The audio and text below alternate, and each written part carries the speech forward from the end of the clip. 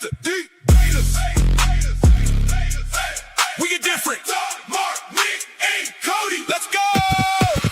John in the corner, all gas. Mark got a stat and a laugh. Nick break it down real clean. Cody come through with the heat. Hot takes on the table. Every week we label the champ. Crowd lean in when it gets loud. Hands up, you know we amp. Talk that talk. Bring that flame. Four big voices. Say the name. Mastah D-Baters. We get different. Mastah D-Baters. We stay lit. John, Mark, Nick, Cody. Run that room. Join the debate. Feel that boom. Mastah D-Baters. All right. Good evening. It's Tuesday night. You know what that means. It is time for the newest, the number one, soon to be number one debate show in all of the land. Ladies and gentlemen, welcome to another episode of Mastah D-Baters. That's Cody. Nick and Mark will be on the way momentarily. But we have a great topic to discuss tonight. We'll get to it in a little bit as our fellow debaters make their way into the studio in a little while. Cody, I want to say this. Again, you picked up another great topic, and I cannot wait to discuss this because we are 50 days away from the start of the NFL season. We're 35 days away from college football, and there's been a lot of talk. My rookies reported this week, man. Rookies reported. Mine's reporting this weekend. Vets report next week. Camps are opening, and now will be and of course the return of the Sport for You two-a-days. Starting in August, along with as we have new episodes of Mastah D-Baters that will also conjunction with our Sports for You two-a-days as we break down two divisions of the NFL of the National Football League every week in the week of August, leading up to, of course, our season preview when we make the picks for the NFL season, for the upcoming NFL season. But a couple of things we want to talk about in the sports world. Again, breaking news: LeBron James has not signed yet, so there that is. What's up, Gabe? What's up, Gabe? But I did want to talk a couple of WNBA. Do you like Rich Paul? Do you like Rich Paul, or do you think he just needs to shut his damn mouth? I love Rich Paul. I love Rich Paul, the agent. I'm hating Rich Paul, the podcaster. I just feel like he needs to shut his mouth. I put it like that. I love Rich Paul, the agent. He gets brothers paid. But Rich Paul, the podcaster, is I'm hating him, and I'm starting. And I hate to say this, Cody, I'm starting to hate Max Kellerman too. And I never thought I would say that, but Max I always hated Max Kellerman. And then that whole bullshit with y'all messing with me with the AI picture and making me look like Max Kellerman, that makes me hate him even more. But yeah, Max really said something to heal. We'll get to that and calling out names. And I'm not gonna play the whole clip because it's a long-winded clip during calling out names, but I will say this: he's really he kind of lost me with what he said recently on their podcast. But I want to talk about a couple of things in the WNBA before we get to the topic. What up, Savage? Good to see you, girl. All right. Again, we got some news about Mastah D-Baters. We're officially on social media now. So you see on the scroll where you can subscribe, to, of course, Sports for You podcast and Ballers and Briefs on the YouTube, of course. But you can follow Mastah D-Baters now on X and Instagram at Mastah D-Baters. You can just follow that for all our content that we have coming out with this new venture as we get ready to gear into football season. Of course, you can follow me at John Watson 0984 on X and Instagram. You can follow Mark on Instagram. Hi, I'm Mark. Hi, I'm Mark1 on X. Nick at X, Instagram, and TikTok. Also, follow me on TikTok as well at John Watson 0984. Nick at 99Gorilla on all three. Cody at Ballers and Briefs on X, Instagram, and TikTok. So we got a lot to talk about, and We are also live on Twitch and we're on live on Facebook as right now as well under the Ballers and Briefs banner right now. So yes, we will be trying to roll all those into one eventually. Yes, we are on Twitch right now at Ballers and Briefs on Twitch right now. So if you're a Twitch streamer, you can go over there, subscribe to Ballers and Briefs on Twitch, follow them on Twitch and all that. But let's go ahead and talk a couple of WBA topics I want to get into, and then obviously we'll get into the debate as Mark and Nick are getting here, and then we'll close out the show. We'll call down names. The big story that's going on in the WNBA. Yes, I am a Christian. God bless you. The big story that's going on in WBA was over the weekend and involved the Toronto Tempo and the Atlanta Dream. Toronto Tempo's head coach, Sandy Brondello, was suspended for one game when that game was yesterday after she made an inappropriate comment about Angel Reese. I'm going to play the audio for you, and I understood the suspension, what she said, and you can hear she was on a hot mic when she got caught, and this after one of her players was injured, and obviously the emotions got the best of Coach Sandy.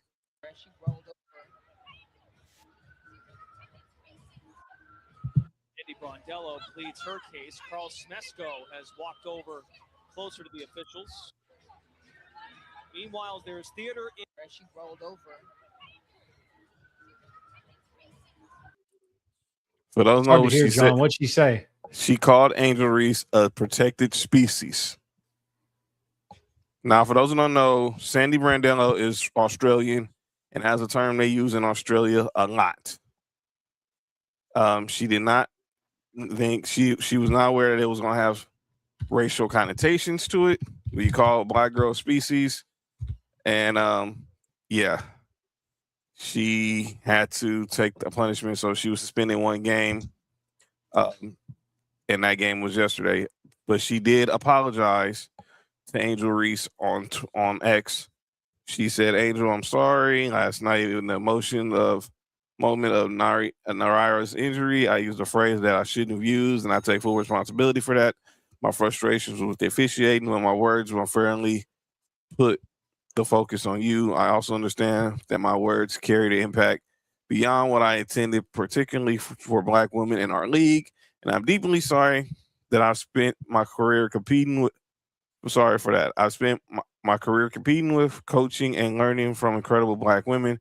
I regret that my words caused hurt to a community that I respect so deeply. I have a lot of respect for you, both as a player and a person. I sincerely apologize to you, your teammates, and the Dream organization for my comment." She did also address the media yesterday before shoot around because she couldn't obviously coach in yesterday's game. But Angel Reese, she did get a chance to hear Coach Brondello's response, and she got to address how she felt about the whole situation stemming from the comment. I'm sure everyone knows about the situation that happened last game, and I'm going to address this one time. First, I appreciate Sandy's apology, but also appreciate the love and support that I have had for the last 48 hours. It has been very overwhelming with a lot of love and also other things. You good? I am grateful Yeah. that the league did take action on what the situation had happened. There's no place for discrimination or hate in this league from anyone, from fans to coaches to players. And I'm just grateful that we are able to move on from the situation and just play winning basketball. The WNBA is supposed to be positive, and we are going in a great light right now. So I just want to continue that and move forward. Everyone, So as we've been sitting here, I've been doing, you know me. I'm the official pot stirrer of Mastah D-Baters and the one that does all the digging into shit. Yeah. So I literally dug into this while we were sitting here trying to read this. I don't think that Sandy had racial context behind that. She didn't. And from the way that I was reading it, it's basically her calling Angel Reese soft. That's kind of what the connotation means in Australian slang. So, not taking up for it being come across as racial context, because anything can be said that way now. But at the same time, literally in Sandy's words, she was calling Angel SAWFT soft. So that's literally what she was calling her. I just wish she would have said, "Bitch, you're soft." Stop trying to get calls. That's just what she was trying to do. So I just would have come out and just said it point blank, and instead of, but it is what it is. So I guess we have to move on. We have to go on about our lives and live in that atmosphere. So I don't know. But again, as the official pot stirrer. Mark, was you aware of this situation? Some of it. I know she said she called her protected species. Yeah. It's a term they use in Australia. Yeah, nah. In the climate of what is she from here? The coach? She's from Australia. She's Australian. She's Australian. This is a term that they use in Australian culture. In Australia all the time. Yeah, it just means soft. I literally just looked it up. That's what, like, in the Urban Dictionary of Australia, you're soft. Without context, it sounds really crazy. But if you want to find a reason to be mad at something, then you just take it for surface value. But like you said, you do some research, you'll see what it really is. I don't really. I didn't have no problem with it. Also, I also appreciate how Angel Reese, even how she might have taken it, didn't let her take her out of character. Yeah. Exactly. That was my thing. Is the way that she acted about it was like Angel Reese is still Angel Reese, and it is what it is. Yeah. So I mean, again, if you one of those people who are one of those people who's looking for something to be mad at, then have at it. But if you really trying to look for the context of things, then it don't take much to just do some research, like you just did right now. I didn't know. I had no idea what the hell it was, because it literally, I mean, it was in me just on its face. It did sound very like. It sounded crazy. And literally, she was either calling her the N-bomb or calling her the joke, the meme that she looks like the sloth from Ice Age. Like literally, that's just how it come across to me. So that's why I had to do a little bit of research on the fly and figure out what the hell it was. Hey Jojo, hey Chris. That's exactly what it was. So someone else who spoke on this issue was Becky Hammond. She obviously, the game that Sandy Brandello had to sit out was against the Aces last night, and she came out and said, "I gave her a big hug when I just gave her a big hug when I saw her. I know that's not where her heart is. I know her as a very, very high quality person. She'll bounce back. I know she's resilient. It's just unfortunate everything that's going around the league. I'd like to get back to sporting, to get back to sports, uniting people." And I think obviously that has a lot to do with everything that's going on with the Caitlin Clark situation. And even now with the Sophie Cunningham situation, which we're about to get to, because now there's more news about Sophie Cunningham, which I need some education. I need to be educated on. So can y'all educate me real quick? Yes, sir. All right, now. So we all know Sophie Cunningham. She's now became our favorite meme. Shout out to you, Sophie. Sophie Cunningham is our favorite meme. Yeah. And obviously, by the way, if y'all go watch the whole clip, DeWanda Bonner's pointing right back at her, but no one brings that up. So I was just asking who eat pussy better. I thought Sophie played on our team. She can't play on our team and still eat pussy. Okay, I'm just asking. So I think it's both. Oh, okay. She played football. She played football with the guys too. Remember that? Mm-hmm. Okay, that makes sense.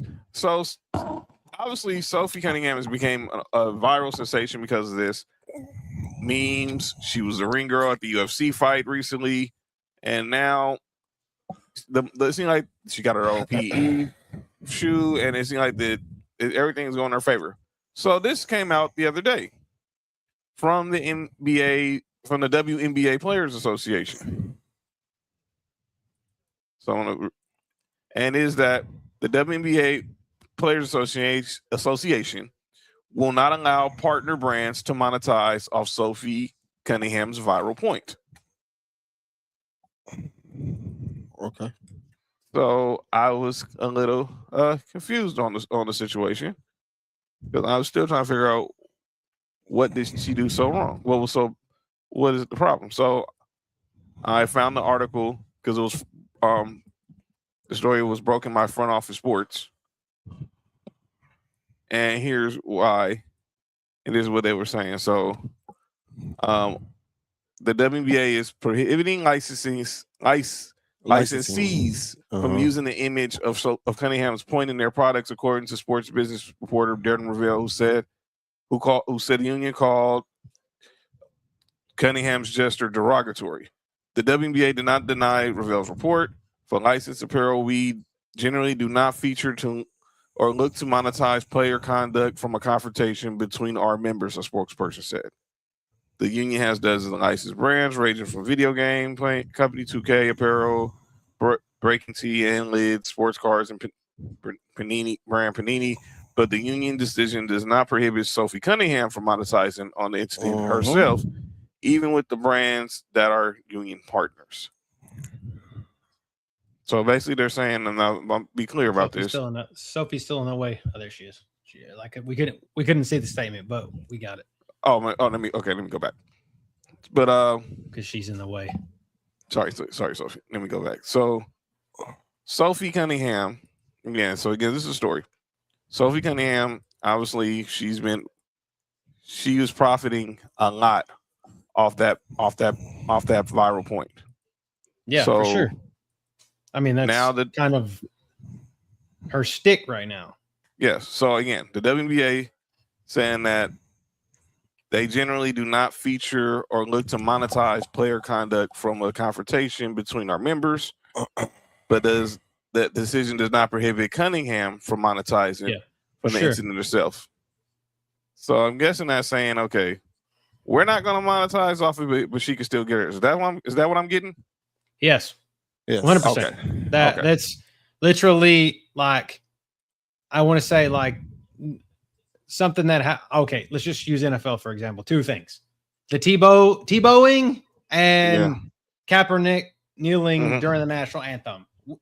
I just feel like they don't want that kind of shit happening. Let Sophie deal with it. Like let Sophie, because they don't want to say that. Okay, well we're okay with, because we really don't know what was behind it. We don't know if that was malicious intent or not. They just don't want to. It's the whole CYA bullshit thing. So, and then it's her likeness, whatever.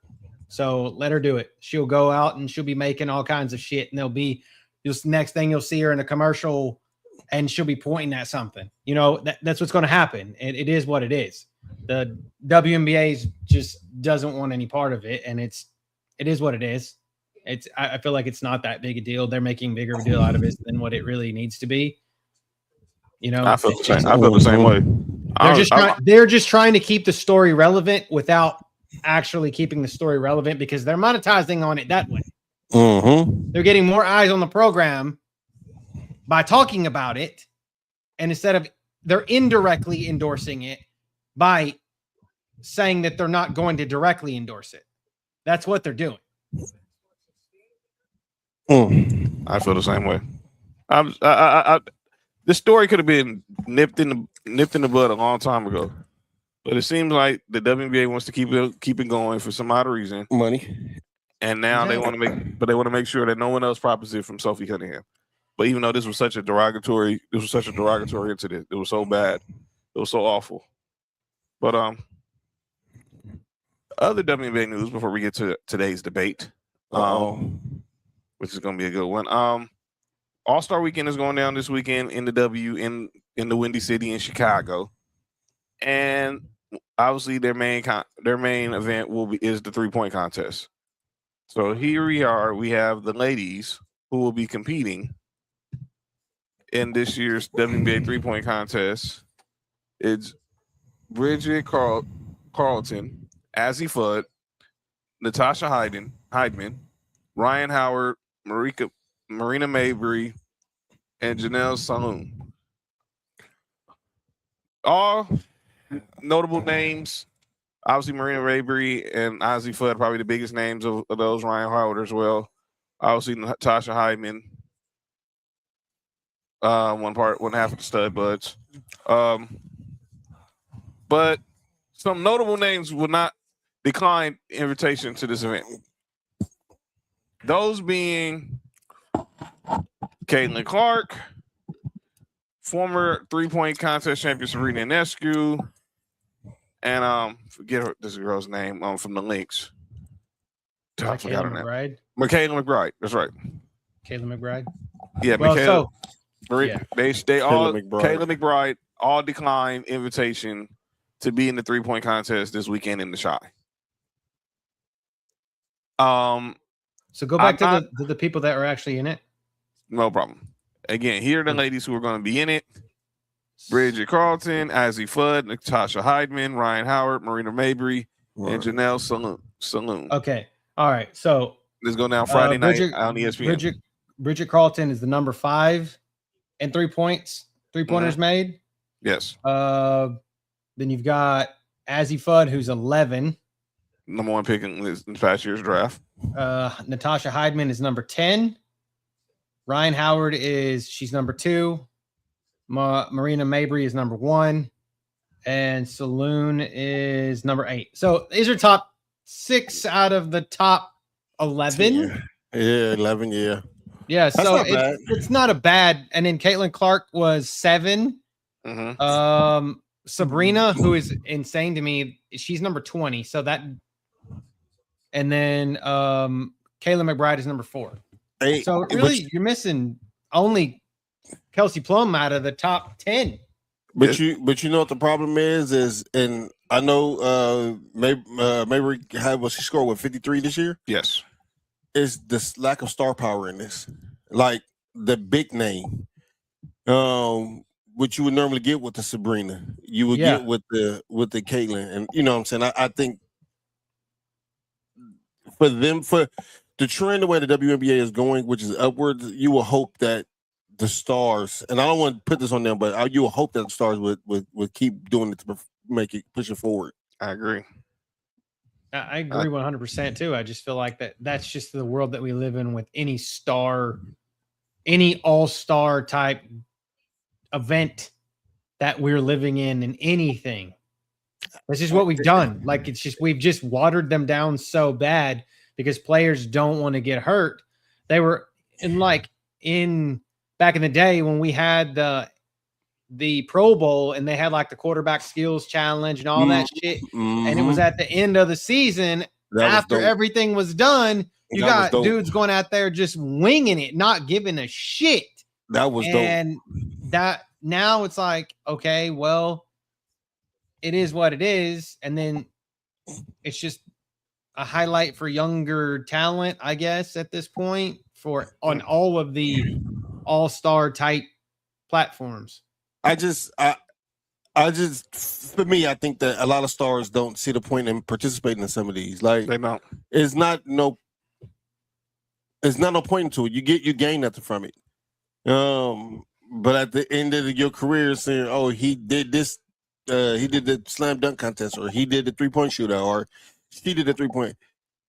I think stars is realizing now that don't mean much. Now, Brandon Bean says that Serena Ionescu posted on IG she didn't decline, so someone is lying. Brandon Bean, that's the real Brandon Bean.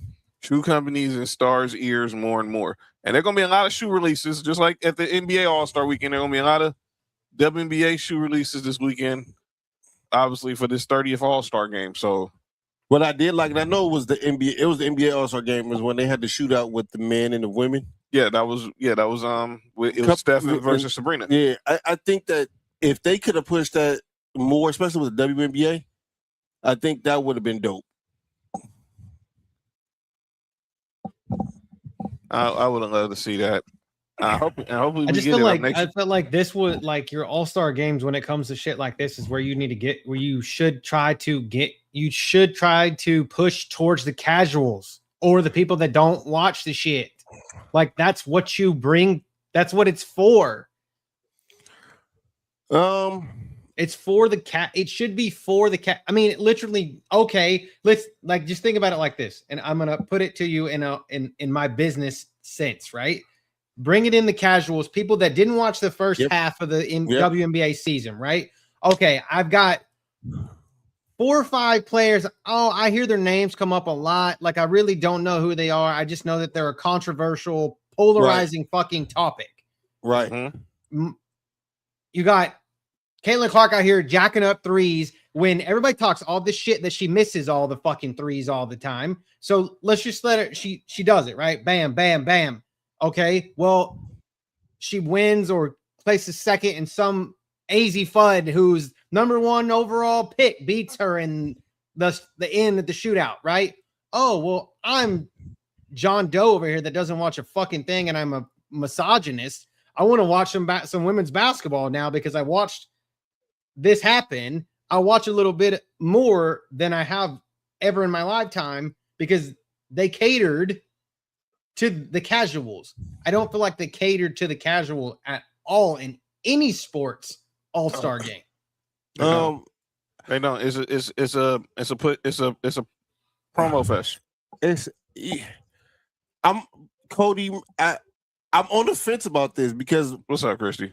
Partly in my brain, how I grew up, the Stars performed in all of the all-star games. No, that's what I'm saying. That's what I'm saying. Is you want the Stars because of the casuals. But I also get it now why the Stars aren't, because there's no benefit for them no more. Oh yeah, for sure. That makes 100%. They're making so much more money now. I don't need to. If I win this 3-point shootout, I'm gonna win 50,000. I don't need that right now. You know what I'm saying? Like there's no benefit for me. Yeah. If I'm a player, I can show up on Saturday night, go to one practice and play in a game on Sunday, and then leave or whatever. You know what I'm saying? Whatever it is, like I think a lot of these players now is using the All-Star break as a break now instead of yeah, for sure. Oh yeah, like I mean, you see it in the MLB all the time. Like literally, when like we were in, let's say the mid 2000s. I'm saying like 2005 to 2010. You see people like, man, why the fuck is he not? Why is he not in the home run derby? Like, I want him in the home run derby. Why? Right. And he's out there, and his teammates out there who is the second best hitter on the team, and he's out there with a fucking rag, like dabbing his head with the sweat out of his face. You know, I'm like, why is he not out there hitting home runs?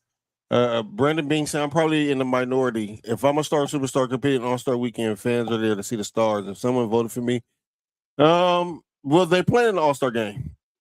They're not playing the All-Star game. They're just not doing nothing else extra. Yeah, that's pretty much it. But yeah, we'll see what happens Friday night when they have the 3-point shootout. What Tig said? Tig said, but the exposure would get them more money in the WNBA. Putting the face on the to the name should theoretically help. True. In the long run, I don't think that some of these players are there for the long run, Tig. I'm not saying you're wrong. I just think that some of these players is I'm not. Some of these players is not here for the they just don't. I think they just don't want to do it. I agree. And it's not to me. There's nothing wrong with that. Like it's your choice. Yeah, it's your choice. At this point, that's when it's time for the league to start building up on other stars. And that's when I don't know. Obviously, that's what we talked Friday about the whole what Kareem said about Caitlin Clark not being the face and the WNBA, blah blah blah. Jamel Hilden jumped in the conversation and said it in sidebar saying she's not as Asia Wilson. Here's the problem. When I say I'm gonna play the name game right quick, and y'all just give me the first thing that comes to your mind. When I say face of the NBA, first name. LeBron. When I say Cody, when I say the face of the NFL, who's the first person to come to your mind? Probably Patrick Mahomes at this point. MLB.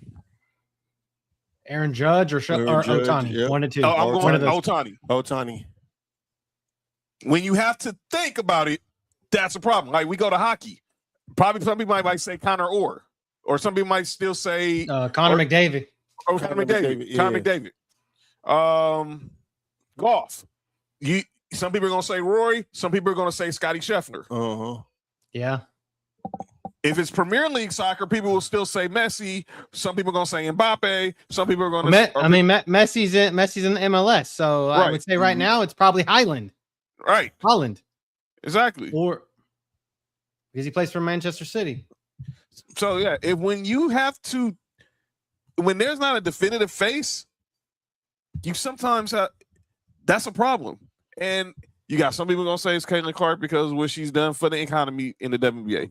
You got some people say Asia Wilson because she's currently the best player and she's the first $1 million player in the W as well. So Christy was saying that's facing the NBA. Some people may say Angel Reese. See, that's the point. And Tig said it. I agree. They don't want to do it, but how about out of 1 month they want exposure to be taken seriously, to be paid, but they don't want to participate in things to help push the W forward. But this is just, go ahead, Mark. The W is getting pushed forward whether they perform in a 3-point shootout or not.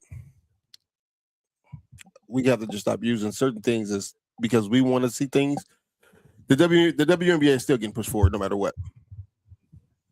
This weekend in July is not going to stop the process of the WNBA getting pushed forward. Brandon Mee says Clark's game is entertaining for the casuals and Asia's game is entertaining for the purists. So, you got something you want to say before we get to the debate? I'm not even sure Clark game is entertaining for the casuals. I think I told you guys literally what Caitlin Clark brings to the table. Like Mo just said, this is no different than LeBron never competing in a dunk contest. Because Caitlin Clark is not competing in one 3-point contest since she's been in the W yet. Different though. I think it's different because the NBA is thriving no matter if LeBron performed it or not. It's just a bunch of fans who wanted him to see it. That's all it is. Like he's a big what if kind of guy. Like what we just got to see Prime Bron in the dunk contest. If I don't think it's a big what if. I don't think LeBron is creative enough to be in a dunk contest. I think he knows that. And I think people who want to see LeBron in a dunk contest knows it too. They just want to see him fail at it. That's a good way to look at it because I never thought of it like that way. I never want to see LeBron in a dunk contest. He's not creative enough dunker to be in a dunk contest. I just played too much NBA Live 2005 and with the dunk contest and just always choose LeBron in there. So where you could lay it up off the backboard and bouncing off the fucking floor and hell, I could do that shit with Dirk Nowitzki too. So that's what I'm saying. Like for me, I want creative dunkers in a dunk contest. This can be a long LeBron debate about even how his play style is. He is a slew-footed player. It just don't make no sense. But anyway, yeah, that was a game. Mo. Let's get to what everybody's here for. Let me turn that music down. Shout out to the ladies. We watched the WNBA All-Star game this weekend in Chicago on ESPN and the ABC net on ESPN and the ABC. But it's that time. Nick's on his way, so he should be here soon. All right, so Nick Breeze will be here in a little bit, but let's go ahead and get to what everyone's here to see. Y'all know why. Y'all know what y'all came here for. So let's get it going.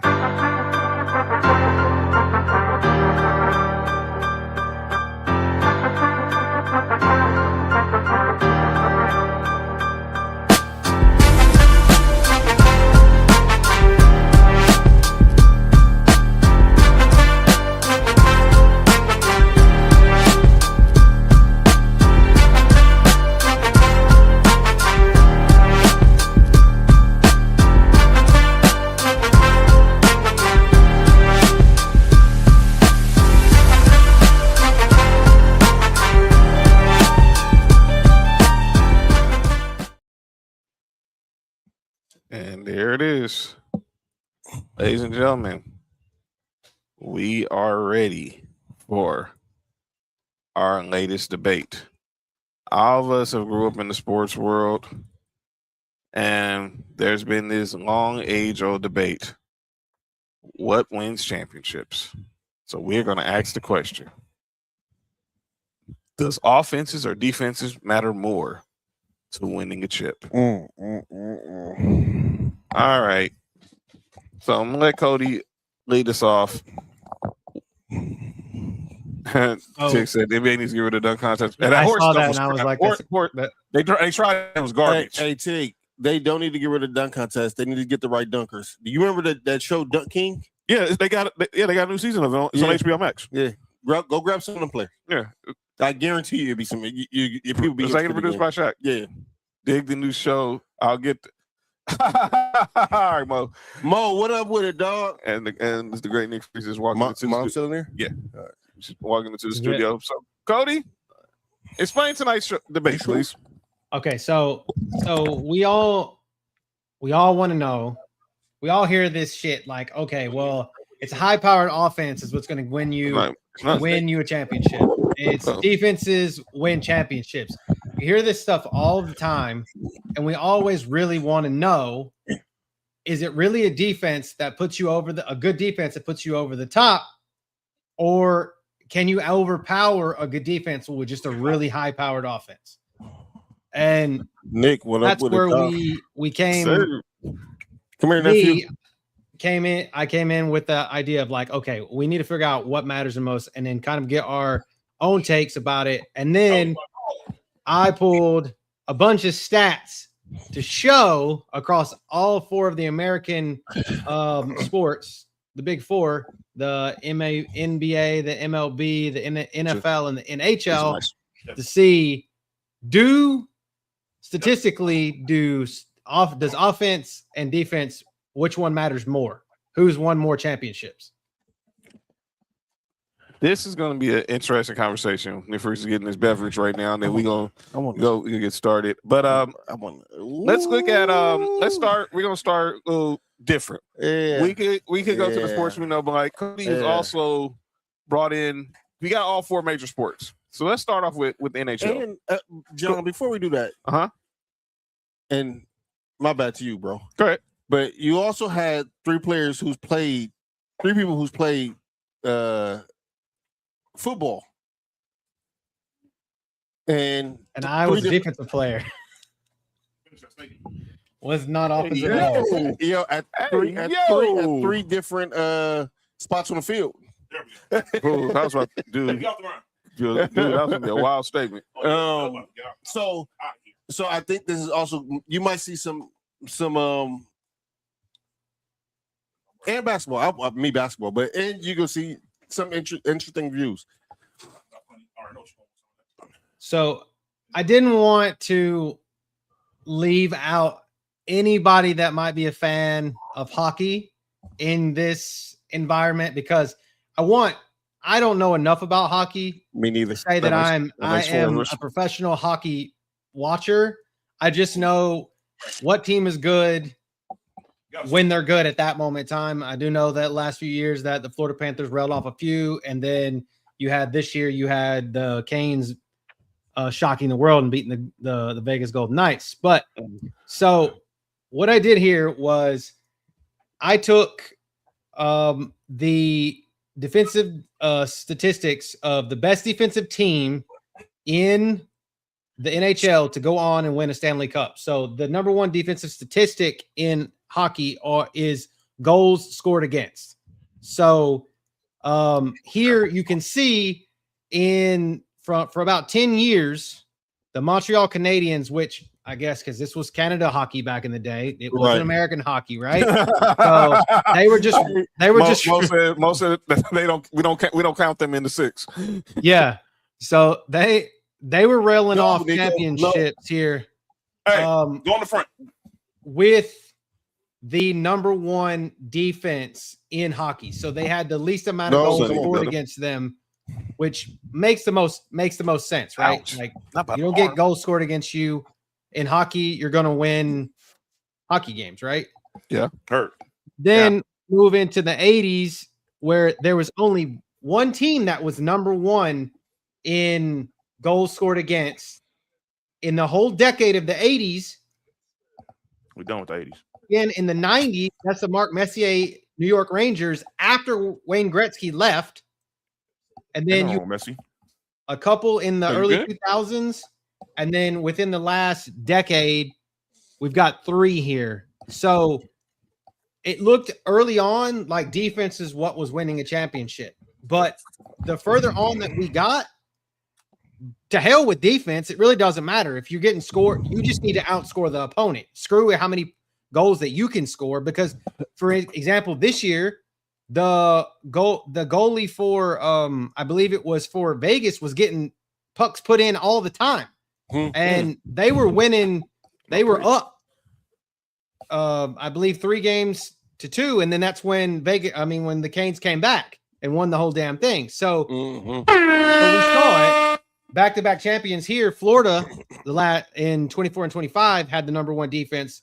So that's what I'm saying. Like, defense in hockey was really good at it for about 10 years. And then after that, it's kind of fallen off. So if you guys look at this, and what do you guys see when you see these numbers, specifically that the drastic drop off and actually being the number 1 defensive team? Does it win you a championship or not? At least in hockey, in my eyes, I just feel like it's just a fluke deal. Now, like Mo says, Mo pretty much agrees with you. Says as the only Canadian here, your goalie could steal you a Stanley Cup. Yeah. So if I go back to when the time I really got into hockey, and Nick can relate to this, was when the Kings won 2 2 Stanley Cups back in the 2010s. Shot Jonathan Quick, you heard? And Jonathan Quick was pretty much Yeah, that was him. wait, relax. No relation. Relax, no relation. Wait. Is his name? Oh. Wait, wasn't that Eddie Murphy name in? Never mind. Yo, we're not going there. And John Peter's name's CC. What? Nothing. Yo, chill. Go ahead, John. Yo, chill. Go You ahead. good? You good? Go ahead, John. When you became into the black puck, Came into a black puck? What the heck is wrong with that's what you? you said when you got into hockey, dog. No. When the Kings won their 2 Stanley Cups, Jonathan Quick was pretty much the best goalie on the freaking planet. That's a fact. Yeah. And it seemed like, and you had Dustin Brown and Andrei Kopitar, Drew Doughty, and these guys. They had their defense being led by Daryl Sutter. So Shout out my boy Kopitar, you heard? They beat 2 good teams. They beat the Devils. They beat the Blackhawks. One way they beat the Devils, the other one they beat the Blackhawks. But like Mo said, like if you have a goalie who's pretty much lights out, I like the Blackhawks logo. you can steal a Stanley Cup. So let's go to the. And these are regular season. Now, just so everybody knows, everything that all the stats that you're going to see tonight, these are number 1 defenses or offenses in the regular season. I did not pull playoff stats because that's a total different type animal. Because what we're seeing, what most people see, and I'm playing this kind of like as like a casual fan as a group here, that all of these teams, these by casual, and you're going to be like, okay, well, a defense. I watch college football every other weekend, and your good defense in the South is what makes teams good. No, it's not. Not anymore. It's not. No. So that's what I'm saying. So you got the number 1 is in goals scored, the Canadians again, and then you got the Bruins. Railed them off. Obviously, they were like the Celtics. They were like the Bill Russell Celtics. And John Havlicek. Havlicek. What up, Sam? I mean, shit. Hockey was a game that caught on out here like very late. And obviously, you got the Oilers. They took 3 and 4 years with Gretzky. The Calgary. I heard that was Diddy's favorite team. Really, you good? Oh, boy, it says Oilers, not Oil Hams. He just like oil. It said Oilers. I mean, that 71 Boston Bruins team had Bobby Orr on it. So, like, he was obviously he's arguably one of the greatest hockey players of all time. And anybody that's like looked up old hockey players knows that Bobby Orr, like, that's who Happy Gilmore always wore his jersey. Right. You go to this 96 Colorado Avalanche team. Patrick Roy was the goalie. he was probably at that time the best goalie in the NHL. Him and Dominic Hasek were probably the two best goalies at that time. And then Hasek went over to the Red Wings, and remember they was running off Stanley Cups for a good minute because they was just picking up everybody. Yeah, they was getting their Yankees on for a second. But they only had 1 year in 2008 when they had the number one scoring offense in the NHL when they won it. Around that time, that shit didn't matter. And then obviously you had the Penguins with Sidney Crosby. And then like the last time the number one offense won the Stanley Cup was 2022 with the Avalanche again. Mm-hmm. So like I said, it's not no guarantee if you have a high scoring offense or a powerful offense. No. You're not going to win. And we're going to get to that when we definitely talk about football and basketball. Let's go. But here what you can see, it's like in hockey, and as Mel says, like being a hockey fan, I feel like that it's kind of this is a slippery slope up and down. So if it's I think it's dipped a lot in the last decade or two. It doesn't matter if you're good, if you're the number one in defense or offense. I think it just if you ride the wave and you get hot at a certain time, it doesn't really matter. So that's a fact. And I think Cody, you just answered the question right there and there. But go ahead, we can delve into everything else. Let's go. Let's go. But when it comes, I really want people to see what it looks like because the hockey ones showed a lot. The other three big American sports, people are going to be like, oh, well, when you think of these teams, they're the number one defense and they won in the Super Bowl. Bullshit. I do. Go ahead, jump into the sports. I'll wait till we get there. All right, let's go MLB. Let's start on the defense side. You look at MLB and you can relate to this one. This team, number one in defensive efficiency, they're going to win the World Series. Hello. There's only 2 teams on here. Yep. All time. 100 and over 100 World Series. That's crazy. The 0-2 Angels, which had an outfield of we had Darren Erstad, the late Garrett Anderson, rest in peace. Man. Troy Gloss. Tim Salmon was on that team, right? I was like Tim Salmon, yep. Who? Hey, chill out, man. What'd you say, Cody? You had K-Rod. That was the debut of Frankie Rodriguez. He became the ultimate closer. And then you had, and this was a team that beat the San Francisco Giants when you're talking about Barry Bonds at his peak. I don't know how the hell we got that series. That was crazy. And then hey, chill out, fam. Relax. And then 2016. Yo, dragging monkeys around. 2016. Yo, that's insane. You had the Cubs finally breaking their curse and beating the monkey. That was species. I mean, this is the Chris Bryant MVP, and they beat the Indians. At that time, they were the Indians. Chris Bryant. Oh, hey, chill out, fam. Anthony Rizzo was on this team. Really good. They smoked us in the NLCS. I know this because they smoked us in the NLCS that year in 6 games. Phillies are stupid. What the heck was that? And then Jason Hayward was in center field. They restarted the game. Javi Baez was shortstop. They trade for Aroldis Chapman at the trade deadline, which he's still in the league.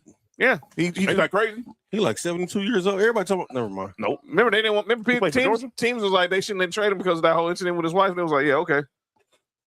What's he doing with his wife? Was that hate? Remember when he was with the Reds, the Dodgers traded for him, but then he got arrested because he shot a gun up in the roof of his garage. Oh, he shot up the club. Here. Yeah, I don't know what he's talking about, Sonny.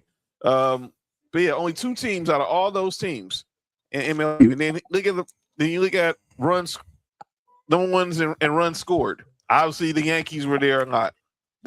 That's self-explanatory.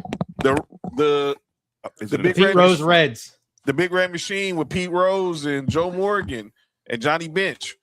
84. What'd you call him? The big. No, what you call him? Johnny who? Johnny Bench. Oh. Not Johnny Bitch. You didn't say Johnny Bitch? No, Johnny Bench. Johnny's bitch. The 84. Ain't that the nigga from with the weak knees? No, from Oz. Relax. What? Nope. Yeah, the Tigers 84. How about how do you know what that was beside there? The Bash Brothers in 89 with Jose, with McGuire and Canseco. The 93 Blue Jays with Joe Carter and Roberto Alomar.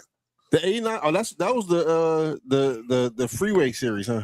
That was That's the maybe- battery to the head, Jose Canseco. Yeah, That's they beat that y'all was again against. What? Yeah, that was against That was against the Giants. against the Giants. Yeah, we beat the A's in '88. Oh yeah, okay.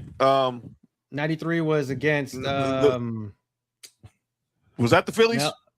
No, I think that wasn't No. the Phillies. no. That wasn't back to back. No, Okay, Phillies was 90. When did they beat the Blue Jays? What was the year that Joe Carter hit the walk-off home run off Mitch Williams? It was the Phillies. That was That's Phillies in right. '93. That You're right. was 93. I was thinking '92. I was thinking of that was '92. Because that was the premise of the Sandler movie. all right, come on, let's go. Then you got the Yankees. The Red Sox in 2018 when they beat us when Mookie Betts was MVP, and then the last team to do it was the Dodgers in the bubble. But nobody's Yeah, saying the to say 60 that game don't matter. year. They do. They just don't do it as much. I've never, John. I've never heard nobody say that. Trust me, I'm a until Dodger fan. I've heard it. No. What? I've heard it. They be hating on y'all. Not bubble one? as much as the Lakers, but they hate on. They be getting hate. I've heard it before too. You've heard Tom Brady hate? No. That's the only person that didn't get no hate. That's the only person that didn't get no hate in the They pandemic. all popped in the bubble, right? Are you good? I think football was different because that was the only one that actually played a full season, even though it was like similar circumstance, but it was like That's the only one. that was the only one that actually played a full season. But that's a whole different story for a whole different day. John Kruk. Yeah, that's right. The 93 Phillies, the 93 Phillies team. Yeah. And then and even like if you can produce a lot of runs, but if you don't have like an outfield or infield, See, yeah, I don't know. You ain't gotta tell me twice, Mo. I lived it. If you want to you can have like a lineup from 1 through 5 or 1 through 9 that's all hitting above 250. Oh, didn't y'all lose? Didn't y'all lose to the Red Sox in 18 too? Yeah, 20. Yeah, We lost to 5 games. Mookie Betts. That was Mookie Betts' MVP year. Yeah. That was the year after we lost to the Astros. And then he Can't decided, beat- I'm gonna make a bitch move and go to the Dodgers. Hey, they didn't. The Sox didn't want to pay him. It was like, no, That was the Red Sox fault. They tripped out. dude. And by the way, you know what's the bad part about that? What's that? The Angels actually could have benefited from that trade. I don't want to make salt in the rooms. Come on, John. Jock Peterson and then Andy Paez would have been Angels. Yeah, I know. Had Ooh. Artie Moreno not stuck his nose in. Who's shut up. ass? Shit. Well, that's the problem. He's sticking his nose in everybody's business. Oh. Pause. But yeah, no, not mine. But yeah, you can have a great lineup, but if you don't have like a solid Gold Glove outfield or infield, you're not gonna really win in baseball. That's why we've only seen 2 with the number 1 defensive efficiency in baseball history. But you got to have at least a solid corner out infielders, definitely a solid outfield if you want in order to win the World Series. Well, I mean, you got these World Series. You got Babe Ruth, you got Maris and Mantle, and you got Pete Rose, Johnny Bench, Joe Morgan. Then you got Kirk Gibson with an 84. You got the Bash Brothers in 89. I'm just Joe saying. Carter, Roberto Joe Carter. Alomar. Then you in the Yankees in the 90s, Derek Jeter, Giambi, Posada, Paul Well, you O'Neill. did get to the Yankees. 04. They Okay. won. He won. He was on the 09 team that won. Okay. Yeah, Bernie Williams is on that team. Like, I wonder who's come better. on. Out of Come who? on. Oh, Out of who? Out of Jeter and A-Rod. well, man, ain't doing that. His name start with A. Biracial saying you should have shot A-Rod. That was crazy, dude. It was even hating. Hey, You know what I'm talking. You've seen the other guys. I know that was hate. It was funny as shit. But that was hate. Wahlberg shot Derek Jeter. He said, "You seen another guy?" No, the movie with Mark Wahlberg and Will Ferrell. You relax, dude. I already knew what type of time you on when I saw your shirt today, dude. What shirt you got on? Look what shirt he got on. I knew what type of time this dude's finna be on for this show. Oh my god, That's hate. Why you put it to his shirt? John's Dog, how can you not notice it? I'm shocked no one ain't said nothing about it in the comments. But anyway, he said just stay positive, Wahlberg was kids. like, Wahlberg shot Derek Jeter and they lost the You World got a top on Series. your head. And then he said, he was like, you shot Derek Jeter. It's a biracial say. You should have shot A-Rod. I was like, well, damn. Yeah, that was crazy. And they kept calling Wahlberg to cop that shot Derek Jeter. Called him the Yankee Clipper. Now that's hate. Hey, Mark Wahlberg from Boston? Yes. He's right. Never mind. Yeah, we ain't gonna go there. Do your history. Do your homework. I don't know who that guy is. Mm-hmm. That's crazy because wasn't he in Brothers? I'm just saying, like, Four when people brothers. like think about this, like they think about offensive Only two of them are what? Only two of them are what? offensive and defensive teams when it comes to MLB. It's damn sure my head goes to the Yankees, but I'm thinking of your Dodgers for the last 3 years. Yes. I was thinking everybody thinks of my cheating ass Astros being a good defensive team, like as what you say. Like even that Cubs team, people thought of them as a good offensive team, and they're not here. So yeah, because I'm looking at when the Braves won the World Series. Exactly. Yeah. Yo, that's hate necessary. Because Marcus, for the most part, loves to wear inappropriate shirts. That's insane. That's hate. Let's go to the hoops. Let's get to the hoops. This is what I want to talk about. This obviously, I can't wait to get to the football part. But I definitely got. Well, the hoops. I feel like John, the hoops gods, like when I pulled these statistics, they were like, "Oh, let's just make this show straight about John." Let's get it going. All right, let's get it going. So you got the number one defensive rating teams that won the championship. Magic's rookie year with the Lakers. The bad boy Pistons. Boo. Hate. The Rockets in '93 and '94 had the number one defense. Yeah, because they might have had the best defensive player. Kareem on that team, man. Yes. I mean, he did Hakeem, defensive player that year. He might be the best defensive player of all time. He is number one in blocks and top 5 in steals. Yeah. The fucking center is crazy. Our stats don't matter. Well, it only matter when it's LeBron. Never mind. This nigga's like top 10 in like 4 stats. The Bulls, the 72 and 10 Bulls. Well, LeBron like top 5 in like 8 of them, but sort of a story. The 72 and 10 Bulls. Which one, Jordan? The first year that the Spurs won. After Robin Bulls, the Spurs that won in the lockout, they beat the Knicks. How come they don't count that? Never mind. No, they talk shit about that too. No, they don't. Shit. Not like they do the. Oh no, nowhere close. They don't. Nowhere close. Because they beat the Knicks. Oh, because they won the title in Madison Square Garden. It's hate. That was hate, John. Unnecessary too. It was funny though, but it was hate. You know what the final score of that game was? What? 78-77. And you know, Jordan game with the other team scoring 54. That's insane, dude. But that's the best area.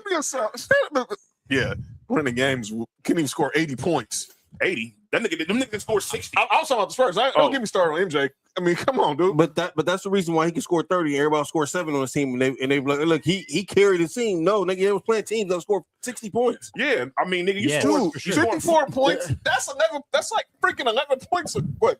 12, 13 points a quarter. It's the same amount of points as that age the Carmelo girl. Yo, you good? You good? Bruh. Yo, you good? Bruh. She was 13. Yeah, 13 times 4. No. He did that on purpose. Hey, yeah, shit. The Spurs in 02-03. Sorry, Mark. Oh yeah, that was hate. The Spurs that beat the Pistons. I lost $20 off that series. Oh shit. Yeah, there you go. My guy. Boston. KG. They was. KG. Hey, if you look at all the defenders they had on that team, it was crazy. Now, we got to this. Tony point. Allen. Listen. Oh my God, I hate this team so bad. This I hate this team too. But I'm glad we got to this point because the following year, when Kendrick Perkins got hurt, and that's the year when Lakers won. Actually, that was 2 years later. Well, next time they played. The next time they played in the finals, whatever year it was. When I said if Kendrick Perkins don't get hurt, it's the same thing that happened with the last time. Sam, they're not to answer and everybody your was question, like, "Well, Kendrick Perkins only had 2 points. It don't matter." John, when Kendrick Perkins there, Sam's comment they didn't have to double team nobody. Not a person. So Sam, this is the thing. Herein lies the argument. Thank you, Sam, for making the argument for me. You think that's what they should be. You think that's what you think of when you think of defensive teams. But they're not. Statistically, they were not the best defensive team in the regular season. The 86-87 team, that was pretty much the end, almost near the end of the road for the Celtics, which because Bird was done in like 4 years after that. He already had his back blown out. Pause. What?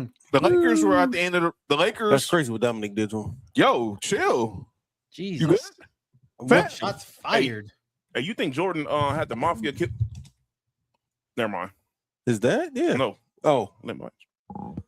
What is wrong David with y'all? Blatch? Len Bias. What is wrong with y'all? Hey, if you lose your hair at 23, Man, you better sign the focus steroids. on the All right, debate. my bad. My bad. Sorry, my bad. That shit's about to get out of pocket. John, you're right. That's my bad. My bad, guys. He was telling the truth though, but yeah, This is Nick Falk, Cody. this is hate. Hi. Go ahead, no, John. guys. Okay, let me say this about these teams Sam had Yeah. on the screen. The 86-87 team. Mm-hmm. Okay, you want to say they had a good go back and really look at the film. Bird wasn't really playing a lot of defense then. Nope. McHale wasn't playing defense. Parrish was the only really line of defense they had at that time. That's because he was trying to kill people. I said Parrish. I know. He was trying to make him perish. Yo, you I know good? what you said. Yo, you he good? He wasn't Hey, playing you know what's defense. crazy? You noticed that Jordan recruited all the niggas that was fucking him up in the 80s? Charles Oakley, Robert Pitt. Never mind. Robert Dennis Parrish was Rodman. like 50 years old when he was on the Bulls. Shit. Hey, was he there? He Well, ain't no shit. Well, that's how old dude was that played for the Thunder. Who? Who? The dude that was So- Kevin Durant. and So Russ to answer Westbrook. Sam's you talking question, about? The one who stole his younger brother. know identity. Serge Ibaka? Yeah. Get the fuck out of here. Dude, This man. nigga crazy. the Go ahead, the John. Boston Celtics, All right. the Boston Celtics that won in '86 were the 23rd ranked defense in the regular season. They were not that good of a defense. They was living off Bird, McHale, and DJ's offense. And the Bulls in the 92 year, San Antonio had the best defense. By the way, that was Rodman's first year. Am I mistaken? That was Rodman's first year with the Spurs, right? Because Rodman got traded after. I think Rodman got traded after '91. Was he on Dallas before he went to the Bulls? No, he was on Dallas at the end of the road. Dallas was after us. Boys Okay. to men. Relax. All right. We're not starting there. We're not going Go there. ahead. And that '92 Bulls team, they wouldn't have no really good defenders on that squad. They did. They had Pippen. That's That one. was it. Actually, That I was do it. see a discrepancy that Sam might be right here because, actually, hang on, nope. I'm not What about the wrong. '87 Lakers? The Clippers? The Clippers were the '87. I saw Los Angeles, and it's the Clippers. The Clippers were the #1 ranked defense in the regular Who's season on the in team in '87. '87? Was the Clippers up Greg 87? Norman? I got to look it up right now. I got you, Nick. Greg. Benoit Who's Greg? Benjamin, Michael Benoit Benjamin. Who? Michael Cage, Michael Cage. Yeah, Oh, I remember Michael okay. Cage. Earl Cureton, Never heard of him. Quentin Never heard of him. Daly, Larry Who, Daly? Drew, Larry Drew. Yeah, Okay. Oh, yeah. Larry Drew Sr. Kenny Fields. Okay. Wasn't Terry Cummings on the teams? Boss. He wasn't. No, Mike Cummings. Woods. Nah, Hey, Mike Chris, walk Woodson. around that- Cedric Woodson Maxwell. Mike Woodson was. Oh yeah, Cornbread did play on the Clippers Yeah. after he left the Shut up, Celtics. cornbread. And you know what's so funny is none of those players who was really known as defenders. They was all just Great team defenders. great. That's it. I hated Corn, and I still hate. Yeah. I hate Cornbread Maxwell times two. That's He was a Celtic and a Clipper. You know what that remind me of? Y'all, that bench the Lakers had when y'all had Pau Gasol in them. Everybody talk about how trash that team was. The bench mob. Yes, but see what I mean? The damn team, the fucking bitch had a nickname. It was Clarkson, The Shannon bench. Brown, obviously Lamar. Mm-hmm. Shout out to my boy Farmore. Yep. You heard? Hold on, nigga. No, fuck that. he a double negative too. Oh, no! because you went the top and you went the S. Yeah. Yeah, that nigga double negative, triple negative. He played for y'all. I know him. That's why. Oh Shut man. up, but still. And then He said, 92 I Bulls. think Did you it's see the a 92 triple Bulls? He said, I think it's all my eye. What the hell going on? they said that dude is in life in Yeah, sports yeah. prison. He got 3 strikes. Yeah, he got for sure. I think he played Half for. in high school, Yeah. UCLA college, and the Lakers. But he played with y'all too, though. Yeah, I didn't like him on our team either. All right. I have a funny story about. Jordan Farmar was a hooper in high school though. Okay, but let me get to this last. I got a story about Jordan Farmer. I'll tell you off air. Yeah. About the 07-08 Celtics, which I hated. But I should have been on that float when y'all won. That team, they were the #1 defensive team, despite Doc Rivers being the coach. James Posey, Tony Allen, Dog. Leon Poe, Dog. Perk. They had so many defenders. That's why they won. They had so many people to guard everybody on y'all team that could score. Big Baby was a good KG won Defensive Player of the Dog, Year. they had Rasheed Wallace, KG, and Rasheed was on the first team. She was on the team He was on the second we team. beat. He He was was still on with the second team. oh shit, he was still with Portland. No, he was still with Yeah. Detroit at the time. Yeah, but everybody says they had Rondo, but he wasn't Rondo during that time.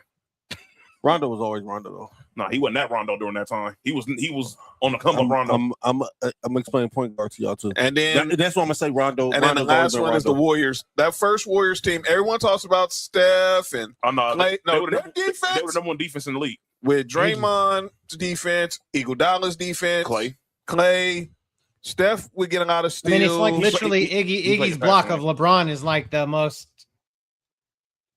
That's it. It's like one of the most iconic iconic team. things that the Warriors ever did. Yeah, Iggy held LeBron to 35 points. That's why he won Finals MVP. What LeBron? All right, never mind. I still think that was a stupid. All right, people who voted for that need to have their votes revoked. I mean, yeah. And then these were the number one offenses that won the chips. Obviously, that 70-71 team, that's Kareem and Oscar Robertson. That speaks for itself. The GOAT. Yeah. Why Kareem not the guard? You got the Lakers, the 33 in a row Lakers with Jerry West. Elgin Baylor retired during the season. So it's Jerry West, it's Wilt, it's Gail Goodrich, it's Pat Riley.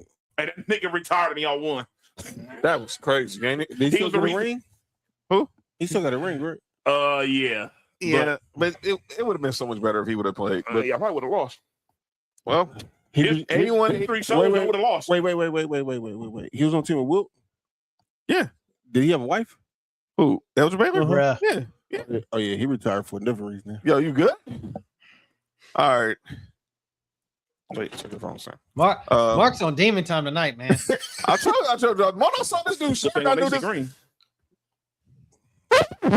All right. 81-82. Speaking of the Lakers, 81-82.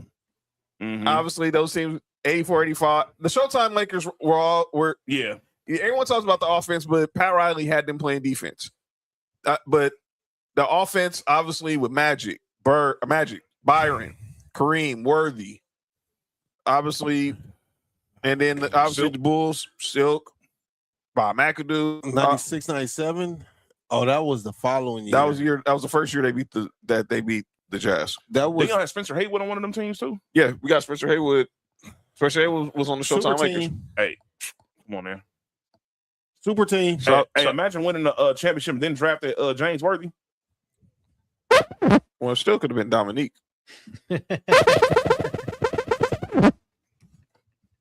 Imagine. Nope. All right. Nope. Later. Go ahead. We gotta go to the show because this is about to get crazy. So the 95, 96 Bulls team was the best defensive team. 96, 97 was the best offensive team. Yeah. And then Wait, that's when Tony Kukoc became at least in the NBA became that guy. And then the Lakers, the best.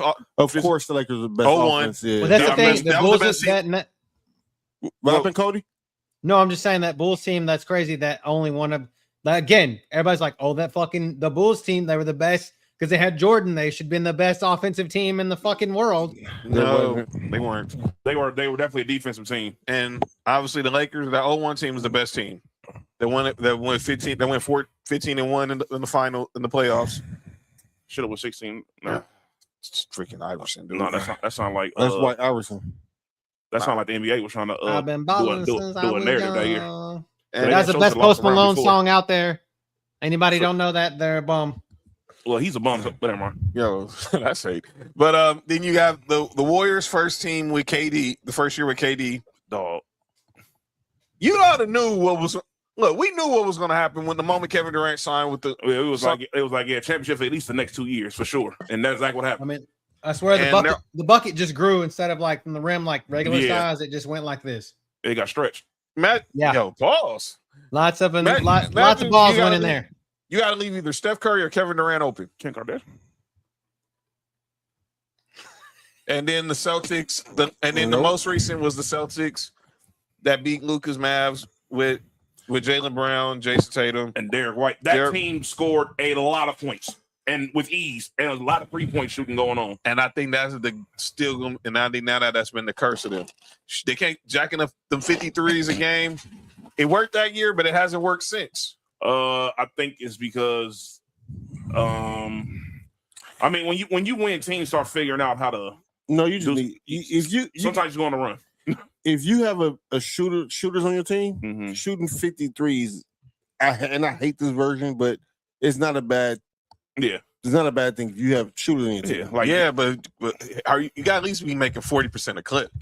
No, you don't. no, not really. No, you don't. I mean, to make it look good, yes, but No, you don't. But they was able to defend as well because Derek White is a defender too. Because he shout out to Derek White because he was doing his thing. Derek White was a defender. Yeah. JB was a defender. Yeah, Jason Tatum was scoring points. That was hate. I mean, for the dumbasses like me that didn't really know what offensive and defensive rating was, it's it's the amount of points scored by a team or points For 36 minutes, right? 100 per Possession. 100 100 possessions. For 100 possessions. Yes. Yeah. By the way, So that was my That's my a dope dumbass angle not really jersey. knowing exactly what the rating mechanism was. Throwback. I knew it had to do something with points, but I was like, okay, well, Throw it back. so Yo, it was relax. per 100 possessions. Same thing with defensive rating, obviously. And same, just when I think about offense, well, a team that didn't win a championship, What's that? the Phoenix Suns. Well, that's because they had nobody to defend, and they were a small team. See, I was waiting until we got done before I threw the caveat in here. What's that? When you look at a lot of these teams that number one offensive rating, they was a good chance they was probably top 10 in defense. No doubt about it. Yes, right. Each and every one of those teams were. And you can be. So you, my bad, John. Go ahead. No, go ahead. You go first. So you don't have to be number one in defense. No, you don't. But you got to be at least in the top half. If you're in the top 10, between top 10 and top 15, and you're also in the top 5 in offense, You can win. You can win. you're going to be the best Can I team in the sport. Can I make where do you guys think that Boston Celtics team was? Defensively, I Yes. had to guess they was probably 13th. Anybody else want to make a guess? I would say about top 10, top. I got them like top 10. Yeah. They are number 28. Damn. They was that bad. 111. They could have fooled me. They but I had the watched them a biggest lot. point. They had the biggest point in offensive and defensive differential. They had 11.6 points offensive and defensive rating. 28. Again, this You wouldn't have known if you was watching them. Again, this is regular season. Mm-hmm. Yes, And when- yes, and when- that's what I'm saying. We're based on this. This is based when on we get regular to- season. And when we get to the NFL, because that's really the sport that if you get hot in the right time, Yes, especially on defense, Ask the Giants. yes. ask the Giants. For sure. Ask the Giants. Ask the Giants. Had it If to them you- twice. People in the chat, I want you guys to do a little bit of homework here before we get to the NFL. Put some teams in the chat that you think would be the number one offense or number one defensive teams, kind of like what Sam did, where that won the championship. Because I really want to know, I really want to see people face hit the floor when they see the teams that are on that list.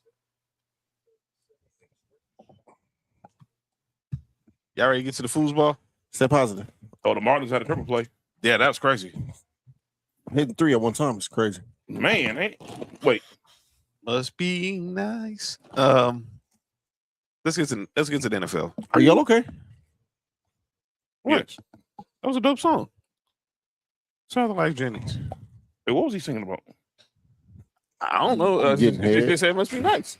Wherever it is, it must be nice. Yo, relax. All right, let's get to the NFL part of this. We're gonna go offense first. Hey, wasn't he the one that told you to keep a woman first? No, that was Jaheim. That's why he lost all his hair. All right, go ahead. Because he didn't put that woman first. No, because he did. Because he did. Put the woman first. Stretched out his hairline. They looking sugar free. So that's why he tried to find. So that's what he was trying to find his way back to. You all right? My bad. He trying to get her back, No, remember he was trying to find his way back. John. Trying to find his hairline back. All right, number one offense that won a Super Bowl. Obviously, Nessa's gonna love this. The 72, the perfect season. They had the best offense and best defense though. That they did. They were literally the best team in the league. Obviously, you have the 80s Niners. That was last good year. They Mm-hmm. The Niners, 3 of the Niners Super Bowl wins. Yo, you good? That's hate. That's hate. Why she flick me off? That's crazy. Dog, hearing you, genius. Oh, The 84 49ers, the 89 Niners, the 94 Niners that had Dion. That was the best defensive football that year. That was all. These are offense. this offense. They weren't the best defense that year. We'll, No. we'll get to the defense. All right. My Broncos in '98 after we won the second of our Super Bowls. Then you had the greatest show. Yes, indeed, the greatest show on turf. Rams.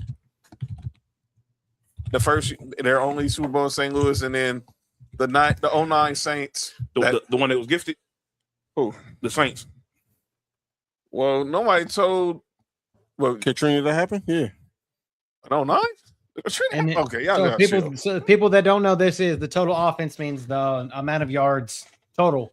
Yeah, for sure. So and Drew Brees not should have been touchdowns. Touchdowns aren't included in this. So and this Drew Brees should have been MVP that year. He won Super Bowl. And what year? 2009? Hold on. Go look at the stats. Hold on now. Peyton won it that year.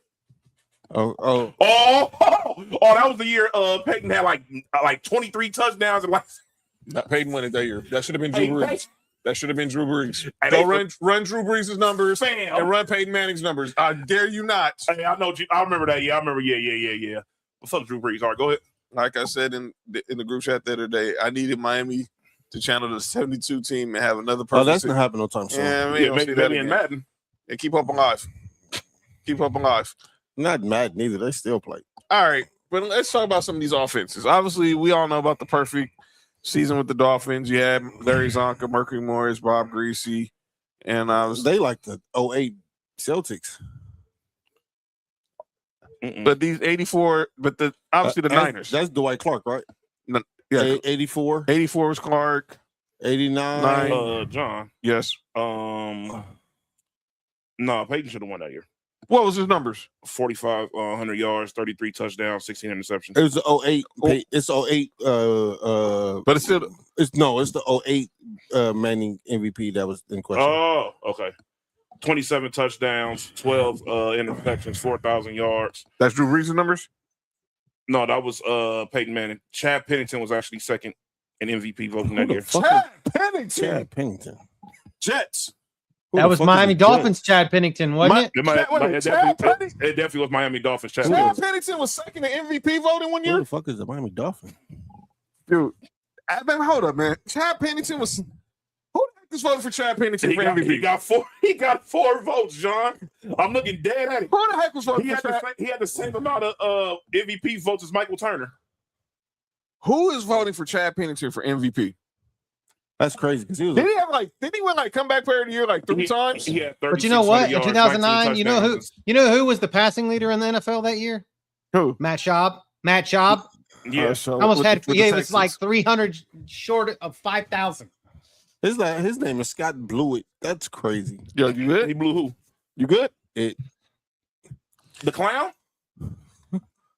You just got but not these numbers, these numbers on the page here. People, that's who voted for him. No, the media voted for him. Who the heck voted for Chad Pennington for MVP? Chad Pennington more known for being Randy Moss quarterback in college. Exactly. I know one about Marshall Chad Pennington. Don't get me started with the Jets. He was next. But the Dolphins was his best. That was his best time in his career with the Dolphins. But MVP, I don't know about all that. They went 11-5 that year. Okay, I'll stop. That might be the last one in one division. All right. It was. That was number one. That's only one. Tony Serrano. That was the Wildcat year. Oh, so the Ronnie Brown year. Yeah. Oh, it wasn't Chad Pennington. He had 19 touchdowns and 7 interceptions. I don't know how the hell he was numbered. He had 7 interceptions. Yes. Ronnie Brown? No. Oh, Chad Pennington. Now Sam was saying, did the 84 Dolphins? I'm assuming this. Man, 84 Dolphins had literally the worst defense in NFL history. history. They had the best offense that year. Well, they had the best quarter. You talking about 84? They had the best Marino. I said basketball, football ever. They had number 2. They played in the Super Bowl, but they weren't the best offense. They had the best. They had to be the number. They had to be the top 5. Well, also, Sam, this is to go and win the Super Bowl. Yeah, right. Win. They didn't win the Super Bowl. Yeah. But they did have the best. I'm not gonna lie, man. Dan Marino, Mark Clayton, Mark Super Duper, Chuck Muncie. Y'all know how, Yeah, you're right, Sam. But they have to win the Super Bowl. Y'all know how I feel about Dan Marino. Sorry. Dan Marino? That same year with Chad Yeah. Pennington was number 2. I got James Harrison was number Dan 4. Marino as the best thrower of the James football. Harrison was number Whoever 4 touched the MVP football. voting. That was the year. That was the year he won Defensive Player of the Year. I don't disagree. As a Bills fan, I got Dan Marino as the best thrower of a football I've ever seen. Dusty Pantsuit, get the fuck out of here, bud. What's your ads? What did he say? The AI viewers, streamboo.com. I don't want no. That sounds very pedophilia. I'm out. Get that shit up out of here. Stream these nuts in your mouth, bitch. Oh, wait. I mean, Ringless. Hey, relax. wait, who said that? Who's that ringless? So does him being ringless make him worse of a quarterback? No. That has nothing to do with your skills. Hold up. Okay, let's do this. Wait. Devil's advocate here. If Matthew Stafford would have still stayed in Detroit, he'd be ringless too. And I am a big Matthew Stafford supporter. Yes. Yeah, Dan Marino better than every quarterback who ever played for the Rams. For sure. Ring or not. Yes. It's not even close. If Matthew Stafford stayed in Detroit, I'm gonna keep it 1,000. Fuck Kurt Warner. You already know how I feel about. It's not close at No all. shade. It's not close No at all. shade to Mark's Bills. No shade to Mark's Bills. But if Dan Marino would have played with the Bills, Dan they Marino. would have not lost the Super Bowl. shout out to Dan Marino, the cameo. Cody. It was out against the Bills that day. Hey, Cody. I have something to tell you about what I think about the Bills too. Right? Nobody was talking to the Cowboys during that time. No, it's not. Shout out to Ray Finkel. Bills was cursed. Oh yeah, because of Whitney Houston. No. What? They would have beat the Redskins. They would have beat the Redskins. If it wouldn't have been for Whitney Houston singing it, never mind. No. They stadium was built on the burial ground. Oh yeah, they done. Yeah, they wasn't doing that shit. Yeah, they done. And Tig said Matt would have been ringless if he stayed in Detroit. Yeah, Yes. for sure. Yeah. No doubt about it. So And he still would have been better than Marino. And shout out to Ray Finkel. but you know what? This team, offense wise, every one of these guys is a Hall of Fame quarterback. I mean, we forgot. We don't know who Ray Finkel is. I'll let you say Ray Pickle. I'm gonna say the All of those are Hall of Fame quarterbacks. Ray Finkel. Oh yeah, for sure. Eisenhower is Finkel. And the worst quarterback on this list is from on the Rams. You think he's worse than Greasy? Then Bob Greasy.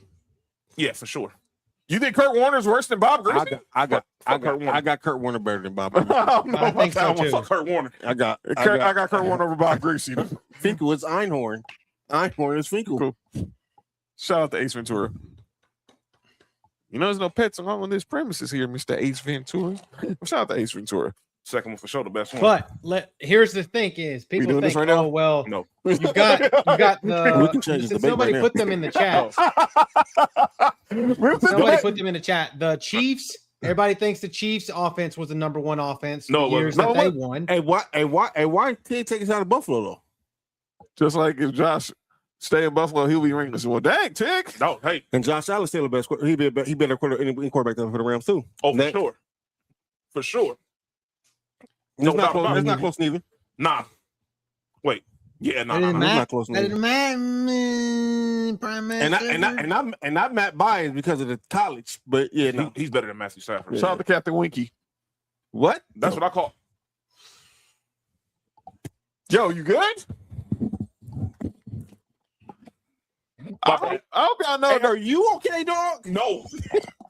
I hope y'all know that was a separate debate about to start in this. Nick was just about to start a separate debate in this during this segment. About his Captain Winky? No, he was about to say that Ace Ventura, when nature calls, better than Ace Ventura, Pet Detective. I mean, all right, we'll talk about that later. After the show. Yeah. After the show. This is about to get crazy. Yes. This- Yes. this So about to guess what? the thing Guess is, what, Cody? moral of the story is we have not had one in almost 20 years. The number one offense to win in this regular season Oh, yeah, for sure. to win a Super Bowl in almost 20 years, You know, it's the closest and they one? went 10 years between the last two. Hey, Cody, you know who the closest one was? It was the Falcons. The Falcons was the closest one. Oh yeah, for sure. With the one that lost 28-3, because they was if you don't notice, that Falcons offense was ranked top 10 all time. the Angela White Falcons. Are you all right? My bad. That offense, because everybody talked about Dallas that year, and nobody My bad. cared about Atlanta, but Atlanta was quietly putting up like a top 5 all-time offense. And nobody remembers it because they lost. Everybody remembers That's all they 28-3. remember is 28 to 28-3. Ain't Angela White a throw goal? Mm-hmm. That's exactly what the Falcons were doing in the Super Bowl, choking.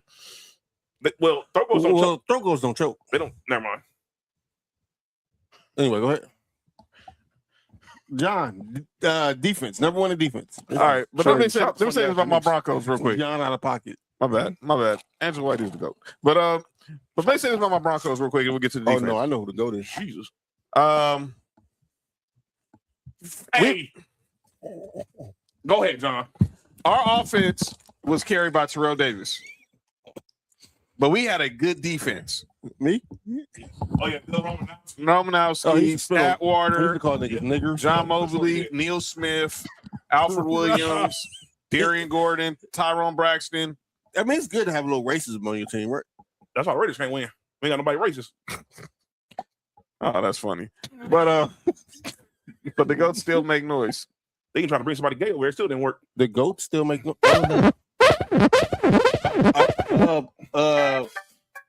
Okay. All right, let's get to the defense because offense is gonna get up. Let's go. This is where it's interesting. That's what I want to talk about. The 72. Wait a minute. Well, yeah, they was That's number the one. number one offense and number one defense, Yeah, John. that's why they won. They were that good. Yes. No wonder that's why they were perfect. All right, the Steel Curtain Steelers. Fuck them. But yeah, Defense was great. defense was crazy. Yeah, the Mean Joe 77. Green. 77. Jack Ham. Jack Ham. Oh yeah. Mhm. Too Tall Jones. 85 I'm about to say Bears. Too Tall Jones. Hey, you know what's so funny? Where's Fat? I literally Everybody- wanted to make sure that Fat saw this shit. Everybody got the 85 Bears. Y'all know the 86 Bears Were- defense was better than that. Yeah, but they lost. But they lost. But they lost to the Patriots, right? Yeah. But I'm saying the 86 Bears defense was better than the 85 Bears. Yep. Okay. All right, Mo. No, don't go there. All right. 92 Cowboys. Defense was amazing. Nick hate every good NFL team. That 96 Packers team that had Reggie White, Shout out, man. Gilbert Best- Brown, No, not- Leroy We're not doing Butler. that. We're not doing that. Y'all need to chill out. Leroy Butler, Second best DM. No, he's not. Desmond Howard winning Super Bowl MVP from special teams. Who they play against? The Patriots. Parcells Patriots with Drew Bledsoe, Drew Willie Bledsoe. McGinnis, Ben Curtis Coates. Martin. Yeah. Is he all right? I don't know. He won special teams MVP, right? You okay? Go to the next. Go. No. Go. You're right. You're right. Go You're to right. Bay. I said by That's an asterisk next to that. Why? Because they beat the Raiders? No. Because they had the Raiders playbook. Exactly. That's why it's an asterisk. Also, Yeah, The but they had a Raiders- really good defense too, though. Yes, they did. Their defense was very good. and Raiders had the They've time literally to- got 4 Hall of Fame starters on that defense, right? Yeah. Warren Sapp, Derek Brooks, Rondé Barber, John Lynch. It should be 5 because Sidney Wright should be in the Hall of Fame too. I don't know about that. They hate on the Raiders, Nick. Who? Sidney Wright's not a Hall of Famer? I don't know about that. Hall is very good. He's yes, I think he's Hall of Very good. Hall of very good. Nick Tick said Nick had every He's A tier if S tier is Hall of Fame. Oh yeah. Mo said, wouldn't you if you was a Raiders fan? What? Hate every Tampa NFL team. No, I hate Tampa Bay. Nah. That was what you call it. That's sorry ass Callahan's fault. Fucking idiot. That's Tony Dungy's defense right there. And it is. It sure the hell is. 2008 Pittsburgh Steelers. Oh, that's what That was the team that beat Arizona, but had James Harrison. Yeah. That team was very good. Troy Polamalu. That team was very good. Yeah, that team was good. That team was crazy in Madden. Oh my God. Seattle Seahawks. Yes, Oh, Legion of Boom. That's the Legion of the Boom. That's the Legion of Boom. Legion of Boom. Legion of Boom. And then, That's the first. That's the but one it's when all they good, beat Josh. Your beat boy John's next. they beat John's Broncos. Beat the dog shit out of him. That was a massacre. Yeah. I told Jamie to turn on. Malcolm- This guy go watch. Let's go watch. Malcolm the reruns of Martin Smith at is the. halftime. You talk about a fucking screw job. Malcolm What? Smith is the fucking MVP. Stole that. That should have been Percy Harvin. Should have been Percy Harvin. Percy Harvin went crazy. Fuck him too. He went to Florida. Well, you ain't got to tell me twice. That dude screwed me. That dude got 2 strikes. He screwed you twice? No, I was like, yo, chill, dude. Yo, chill, dude. Why? You know what? Fuck it. I don't even care. Yo, chill, dude. When he was with Florida, the Tebow teams in Florida, Tennessee could never beat. And then this dude went to the Seahawks and had freaking 200 yards scrimmage. Had to play like 2 games all year. That nigga went crazy on y'all. And then he went to Buffalo and got migraines. He had never mind. Yeah, actually, that happened with the Jets. He had those with the Jets. He had with the Vikings. He had with the Vikings. To be honest. Oh no, he was a migraine in Buffalo. My bad. Yes, he had him with the Vikings too, but nobody talks about that. But See, Nick was saying that was a good ass team, but fuck they secondary. That's funny as shit. Calling you a hater. but then, like, what? well, 2015 was a good year for me. Period. That team was that Broncos team was good as shit. Our offense, Yeah. That's the year we went to go watch the Super Bowl with yeah, Marsha, huh? yeah, and But it you wasn't know what even- happened. you- You know that what wasn't happened- even your you know what best happened to- offense. Oh, because John? Well, That wasn't even your best offense. 2013 was a better offense. I know that was the year. Yeah, and we didn't score, and we only scored 8 points in the Super Bowl. Yeah, Noodle Arm was the quarterback in 2015. hey, You remember what happened after the Super Bowl, right? he retired. Noodle Arm? Yeah, Peyton did retire a month later after we won. yeah, he retired after the Super Bowl. He was done for anyway. He shouldn't even been playing that year. Was Bash was born? Yes, Bash was born. Bash was there. Bash was there. Bash was there when we went to Super Bowl that night Yeah. with Marsh and T. But I know what happened after I left that game. That's crazy. Hey, if Johnson assuming the position. hey, look, that's crazy. Hey, Yes, that is true. if Yes, if Master. Carolina had an offensive line that was like below average at blocking, maybe they could have won. Let me say this. Below average, but they were absolutely shit. The Nick hate is outstanding. Like Let me say this about us beating Carolina that year. When we was watching the game, the moment that Von Miller got the Cam Newton the first time, I knew they was in trouble Oh, yeah, because it was so easy. because there was no excuse for him to basically almost snatch the ball out of Cam Newton's hands, and then it ended up being a You fumble. want to know why? I'm gonna tell y'all this. Because the fucking blind side was blind that goddamn game. Yo, Tig, relax. I'm gonna tell y'all this. John better man than me. Why? If the Bills ever in the Super Bowl, Oh, nigga, I'm nigga. guess who won't be showing up around y'all niggas? What? You fucking right. But John a better man than me. We didn't been around John for Yeah, every champ. how many Super Bowls has it been now? Well, 2. Broncos lost to Seattle, and then we won, and we beat Carolina. That was the last time we was in the Super Bowl. Yeah. John better man than me. Will a better man than me. Jamie better man. Y'all better And man this than me. again, this is about how many yards the teams gave up in the season, not Yeah. about And that- touchdowns or And that points allowed. defense we had with was the no-fly zone. We had Talib, we had Chris Harris, we had TJ Ward, we had Darian Stewart. Cam Newton choked harder than a streetwalker in Bangkok. Wow. Ooh. Wow. Hey, yo. I ain't gonna lie, that loss wasn't even Cam's fault. That was, offensive line was absolutely atrocious. And the fact that the Broncos The Broncos' depth is what really killed them. Because Then you it's- forget in the corner. and they showed that he didn't have no weapons. Yeah, for sure. That game showed it was just him. It was just him. That game literally His showed it was best just receiver him. Who Was Ted Ginn. I was gonna say Greg Olsen, but No, it was Ted Ginn. We talking about receivers. another headache Okay. in Buff. Well, yeah, it was Ted Ginn. Who gave John Henney after the Super Bowl? Oh, nobody. Nobody. John was on that natty. Yo, relax, Tig. But this Danny defense. Trevathan was on that team. He Yeah, got paid. He got Yeah, paid. we got a lot of Because dudes of paid off that. that Super Bowl. TJ Ward. Malik Yeah. Jackson Hey, benefited the Derek- most. Derek do Wolfe. Transformers get car insurance or health insurance? Who? Transformers. Yo, you good?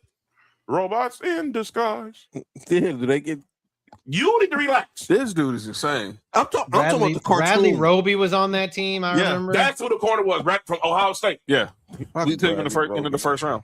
Yeah, he was sorry after he left from y'all off. Fuck Bradley Roby. Jonathan. Derek Wolf What? too. He went Yep, to that Baltimore. Derek Wolf. Derek Wolf. You ain't gotta tell me. I know the whole defense. Sylvester Williams. Shaq he be Barrett waiting was on that the, team. Yes. NCIS show. Yes. You need to relax too. Yo, you good? But yes, it was Sylvester Williams. Who else was on that team? When we won the Super Bowl easily. I can tell you Vaughn, DeMarcus Ware, Derek Wolf, Malik Jackson, You know how pissed off I was when the Broncos Terrence got Knighton, DeMarcus Podrose. Ware? Terrence Knighton, obviously Danny Trevathan, Mhm. Brandon Marshall, the linebacker, Yep, he was nice over there with y'all too. Talib, Bradley Roby, Chris Harris Jr., TJ Ward, Darian Stewart. You know what that shows me though? That Brandon Bean a piece of shit. That's what it showed me. that John Boy, John Boy. yeah, Shane Ray was on that team too, right? Yeah, that was his He rookie was like year. a rookie. that was what's his name? Dude, he fell to us at the end of the first round. Who? Shane Ray. Yeah, Shane Ray. From- But he was sorry Mizzou. for Missouri. He was By the sorry. way, he was not. He time didn't out. give y'all shit. Time out. Let me say this. Missouri's defense, that had to be the most overhyped defense ever. How many dudes they put in the league that year? Dog, because Shane Ray, Cody Ely, and obviously Michael Sam. Cody Ely could have won. If the Packers would have won, he would have won the Super Bowl if he would have. Because he was going crazy. He was the only person Was going. Michael Sam? No. Tony Ely. He was going crazy that game. He was the best player That's on the actor, right? Dog, No, that's Michael Ely, dude. And it's never mind. This dude is the same. This dude's the same, man. I think wear contacts. Hey, He does wear contacts. Yo, is it clear contacts or is it the colored one? y'all put Michael Ely on don't blast color. about his eye colors. It's diabolical, right? Y'all are hating. Hey, Stop hating. that statement was crazy. But yeah, that defense we had was obviously, and that was all Hey, reflection of us getting Tick said, the doors beat off us by Seattle. Tick said sure. Nick using all his might not to say, but fuck the Broncos. No, he's not, because he'll say I it. already said it. He said it like 2 times already. Look, I'm But on record saying. omission. Look, I'm on record saying that Broncos team is one of the best defenses I've ever seen. It was. I've said that numerous times By the because way, they literally had everything at each level. speaking of defenses, There's 10. They There's were. 10 that are not. There's 10 years worth that aren't there. I'm gonna give you a defense that's not on here. I'm shocked they didn't make this list. What's that? The 2000 Ravens. I don't think they were number one in total defense. They clearly that 2000 year that when they beat the Giants with Ray Lewis. But they had to. But Or the Look, 2013 Ravens as well. not on paper though. The 2000 But you know what they did though? Ravens in 2012 you couldn't was when they score on them. You beat the might be able to move Yeah, the ball, that, but you couldn't I meant the score. 2000. The years that they won it, 2013, 2012 team. They were is better what- than one breaking. No, they won in 2001, right? cool. Yeah. The Ravens. Yeah. 2000. 2000. Super Bowl was played in 2001, but it was a 2000 Yeah, Ravens. when they had the murderer. The killer. Yeah. The gangster killing the dope dealer. Peter Bower was over there, right? Peter Bowe was a dope dealer. I mean, come on. The quarterback the they're Florida playing State, against right? was Kerry Goose. Collins. Come on. Rest in He peace. wasn't supposed to be. Never mind. Well, we all know that that's supposed to be a black guy instead of Trent Dilfer, anyways. But you know what I'm saying? Was that Tony Banks over there? Yes, Yeah. he was a starter at the end of the year. That's Carlson's younger brother. Huh? No, not. No. Are you all right? You good, man? All right, come on. Let's have our debate now. All right. So let's ask the question: Yes, sir. When she not flicking people off. Who was their secondary in 2000? Who was on their secondary in 2000? The 2000 Ravens secondary. Might have been the second best safety Peter of all McCall- time. Rod Woodson, Claiborne. The second best safety of all I think it time. was Chris McAllister.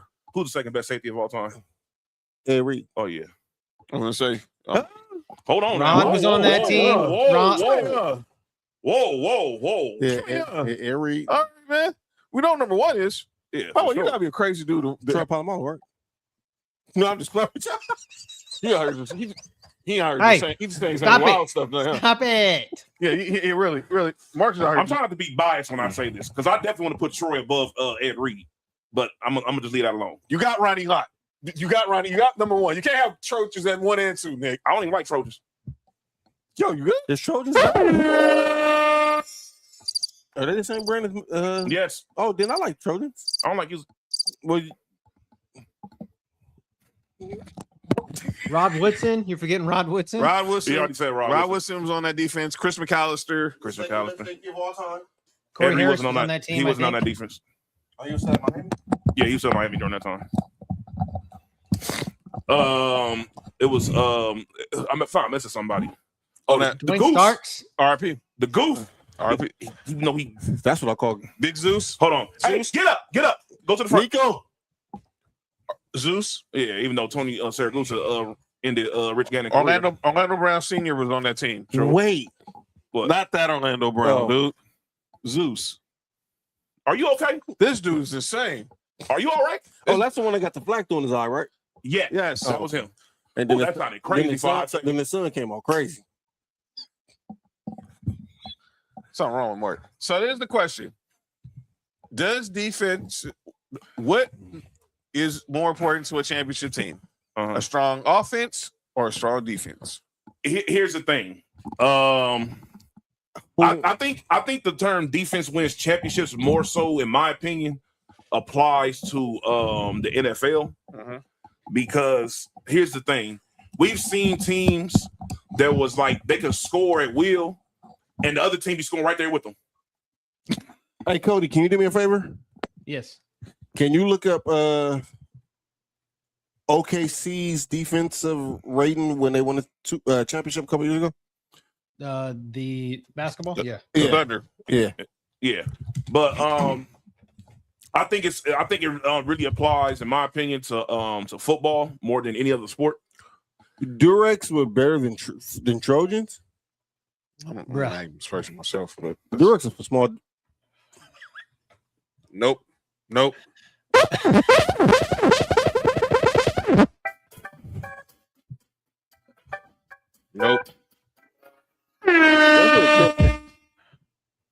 That was crazy. Matter of fact, oh no, not here. Ain't that the ones they give away at the school? Not here. Okay, so you want it? You want your answer, No. Mark?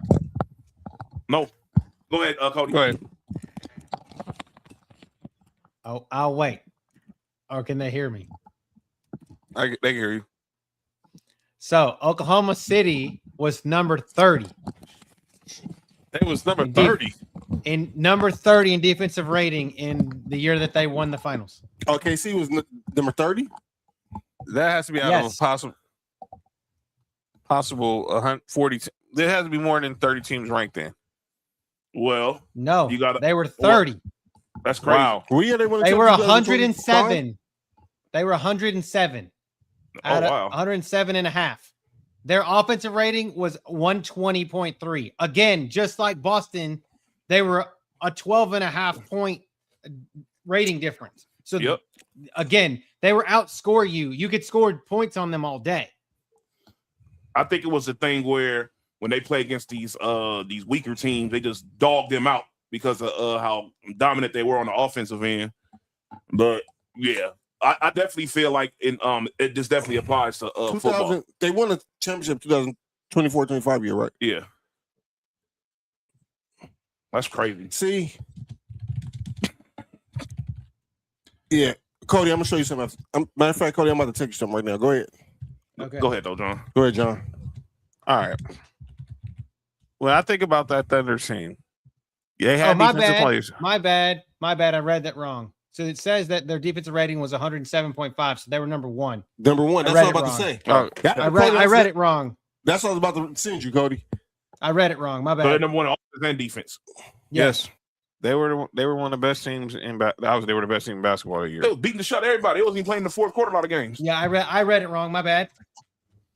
And then if you go back to the thing, the stats I Get from over did, there, Nico. Get from over either there. they must have not grabbed what Either the numbers were, but it is what it is. So did y'all say what mattered more, defensive or offense? I think when it comes to football, it's definitely defense. Yeah, and I think in basketball you need to play just enough defense. Just enough. You can be a great defensive team, but You need to score. you just need to be. But you can be average on defense and win a championship in the NBA. The only team I seen that was like really good on defense and was like all right on offense was Detroit. The later Detroit, Don't remind me. because their offense was okay. But you can't have like the D'Antoni Suns and think that the 7 seconds or less era. No, See, the problem with that is that he didn't even try to throw like any type of anything on the defensive end, because I think he tried to because the thing is they had a guy over there that was a very good defender. no, Rajah Bill. And Rajah Bill, Rajah both Bill. of them. He had good defenders over there, but I don't think he prioritized it. He enough. did. He would tell people when the ball goes up, y'all run down the court. Which makes no sense. I'm like, who's going to rebound? Amari Stoudemire can't grab every rebound. Amari Stoudemire I love Amari Stoudemire, but when it was time to play, when the difference between the NBA when it comes to playoffs and the regular season is when that game slows down. And during that time, Amari Stoudemire could do nothing against him when they went against Tim Duncan. He couldn't do nothing when it was time for him to play against Dirk Nowitzki. These guys were bigger than him, and he can only do so much. He's gifted athletically, but at the end of the day, he's still a 6'10" center during the era where you still have to be like about 6'11", 7 foot to play center. I agree. In the West. You feel what I'm saying? So it was still if he would have if that Suns team would have been like the 18th ranked defense or 15th ranked defense, they probably could have won. And no, probably. because their offense was unbelievable. But when you know how I know that formula could work? Because it's working right now. So in basketball, since they could never have the best top 15 best defense. They offense is moving too fast. You don't give it a chance. You don't give your team a chance to rest. Exactly. So you would never gonna have a good defense no matter what. Even with the good defensive players that they have, they only had 2. Look at all the scores they had though. But that's what was crazy. But they just didn't. I think that was a bad coaching job. I noticed the 7 seconds or less was his intention, but that's bad coaching. At some point, you need to slow it down, and let your defense rest. Yep. Let your defense time to set up because you have good defensive players. And if you have 1 to 2, they had 2 first team all defensive type players. Your defense should have been a lot better. At guard and at forward. Yes. And both of them could guard multiple positions. Sean Merrick can guard 4 and 3, and Roger Bell can guard 3, 2, 1. Yep. And look, according to who your 2 and 1 is, he can go. Merrick can guard them too. D'Antoni just didn't prioritize defense, and that's why he never won a championship. And you know who prioritized defense when they ran that same exact system? The Spurs. Tig said, "Would you rather?" All right, so Cody, what'd you say? A defense win championships? Depends. I mean, I would say like in modern day basketball, I don't think so. I think like you just said it, you could get if your defense is you don't have to be the number 1 defense. I think that in modern day basketball, if you're better in offense and would say in the top quarter or top 10, top third of the NBA in defense, I think you're going to probably win a championship. Now, when it comes to the NFL, I think that they need to be at least equal.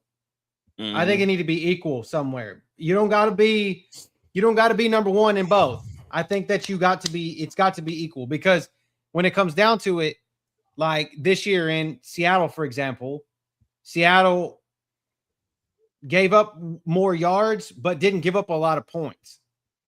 That's the type of defense you need. That you need stops. You can let them get down there. You just got to stop them when it counts. If that makes any sense. Shout out to the GOAT. So I would rather Cody. John, what you have? Defense or offense? I'd rather have a strong defense than an average offense because I've lived it. To someone who's lived it, and clearly, if you have someone who can manage a mediocre offense in football, you'll be all right as long as you have the supplemental pieces that can. I statistically had the best defense in football last year and couldn't get past, and we had a shitty offense and it screwed us. It's because your quarterback screwed you. Who'd you have? I'd rather have a strong defense, and on offense, I have to have an identity. A prime example is the Ravens. Most Cowboys fan, Cody. You got look. As great as that Ravens defense was, what helped them so much was the fact they was able to get rest because Jamal Lewis was a fucking bell cow. Shout out to your boy. You feel what I'm saying? Yeah. He was able to run behind that offensive line, and they was able to establish and do whatever they wanted. You also forget Priest Holmes was on that team. He was. Ain't that crazy? Yes, 600 yards that season. That's the same. Yeah. I'd rather have a strong D that give crazy. Oh, are you good? I mean,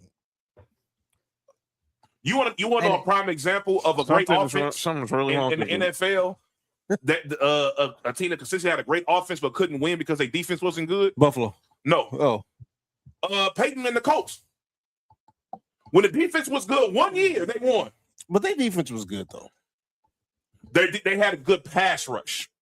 Dwight Freeney, Robert Mathis. They had Bob Sanders too back there, right? When they won the Super Bowl, when they won the Super Bowl, yes. And then after that, Bob Sanders couldn't stay on the field for nothing. Even before that, he couldn't stay on the field too often. Gotcha. But the 1 year, you feel what I'm saying? But the 1 year he did, they won the Super Bowl. Yeah, that's what I'm saying. Their defense was good enough to get them to make up for stuff. Let's debate. It's crazy. Let's debate. I know. I see where this is going. Go ahead. Come on.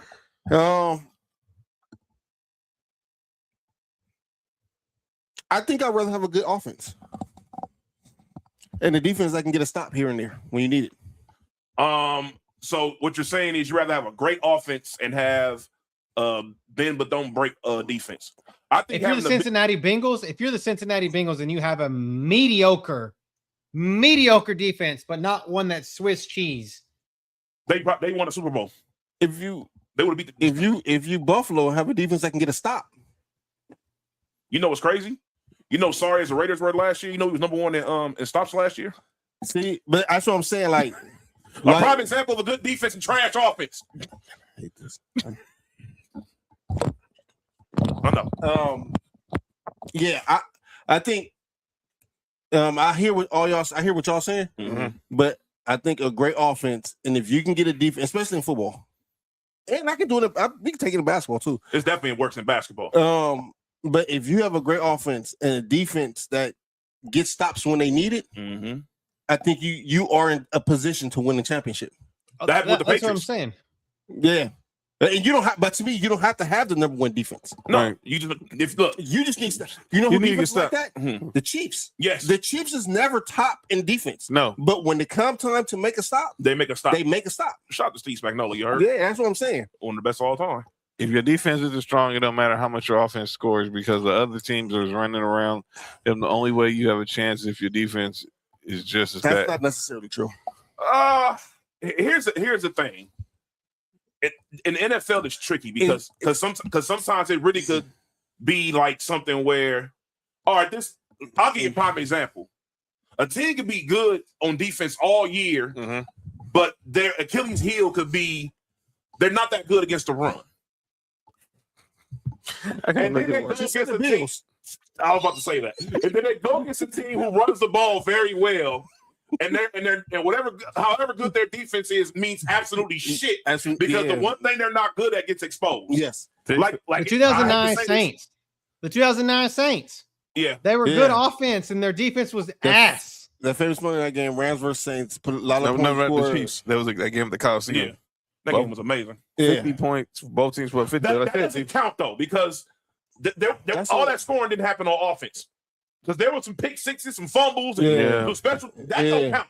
They was going. Look, the defense was going crazy on both sides. I remember Samson Abraham had a pick six. What year was that? What you call him? Samson. Oh, when was that? What year was that? That was 2017. That was the 2018. And neither one of the teams won the Super Bowl. No, the Rams lost the Super Bowl to Patriots. That was the year they was like that should have been the Super Bowl. But their defense showed up in the Super Bowl. Their offense didn't show up. Yes, and again. If you have a strong offense, that's what I'm saying. Like the Patriots that year. Well, I'm gonna say this.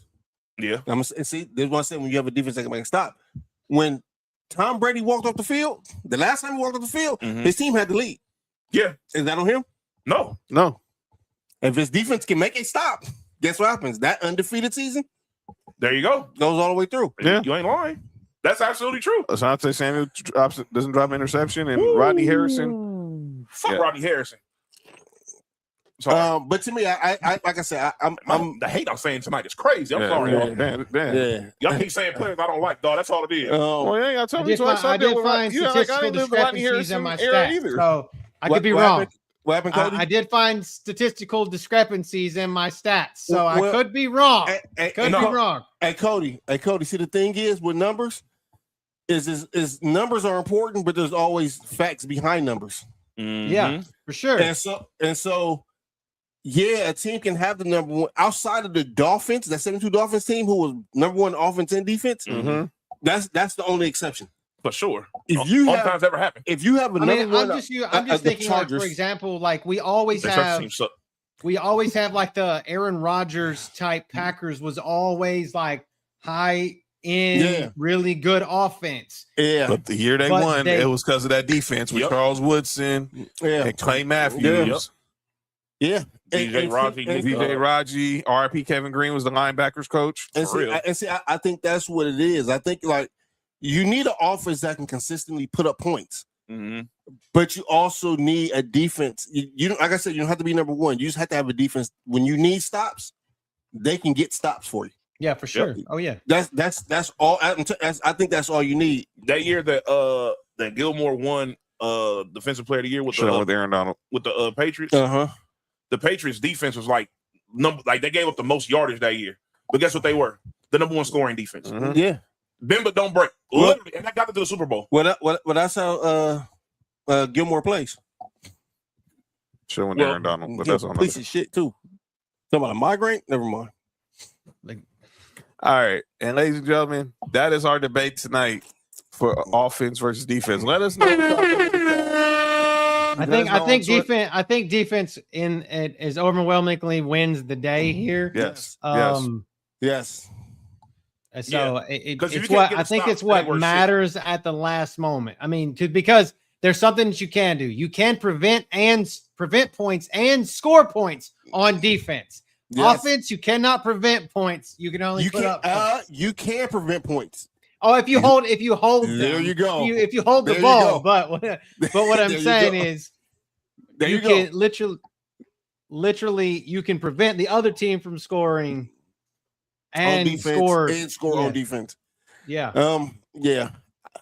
All right, John. Everybody stay on because I gotta tell y'all. This is crazy. All right, so can't believe I just did this right now. This is on the fly. If you have any thoughts about it, at Mastah D-Baters on X and Instagram. All right, ladies and gentlemen, it's time for our final segment of the show. It's often imitated, it's never duplicated. So people say stuff in the sports world and they need to be called out for it. And this is what we do. First? Yep. Sure. I think a final comment from Tig. I think the defense matters more because if offense is a clicking in the NFL or NBA, the defense really boils down to effort and intentionality. Thank you for debating topic. I still, because I stay talking about this. Tig, that's shout out to Nessa for helping us pick one. Yeah, shout out to Nessa. All right. Talking about Taco Bell. Shout out to Taco Bell. All right. Let's go ahead and get into calling out names. No name. Oh. ESPN. What's up? Firing Ryan Clark on air. Oh. Let me say this. No, I'm gonna go ahead and say what you say because I think there was some bullshit was going on. Yeah. Go ahead, Mark. I don't know why they want to fire him, but I know they was just at Phonetics Fest, whatever that shit is, just the weekend before. Yes. And the dude who run ESPN was smiling in Ryan Clark's face, hugging him, showing him love. And then Monday you fire him on air. Here's my thing. He was gonna get laid off today, just like everyone else was, because he was the biggest name. Someone probably had an axe to grind with him. And they leaked that stuff to front office sports. And when word got out to Brian Clark while he was doing NFL Live, that's some whole shit. Well, guess what, John? What? If we not putting him on calling names for firing, we put him on calling names for leaking it out. You're the Disney company. You don't have to let that out. Well, I don't think the higher up, someone. That's what John's getting to. I think someone had an issue with Ryan Clark, and everyone. I know who it was. Stephen A. Smith. No. It was Peter Schrager. Oh, yeah. It's the dude he said you didn't play. He's been salty about that ever since then. Every since then, and I heard DeMarco talk about this on radio. The moment Ryan Clark said those 4 words, he was doomed. Because they sell athletes and media. The one thing you can't do is go to the player card. Why not? You're a player. That's so dumb. Like I don't like that. They don't tell a journalist you can go to your journalist card. This is some bullshit.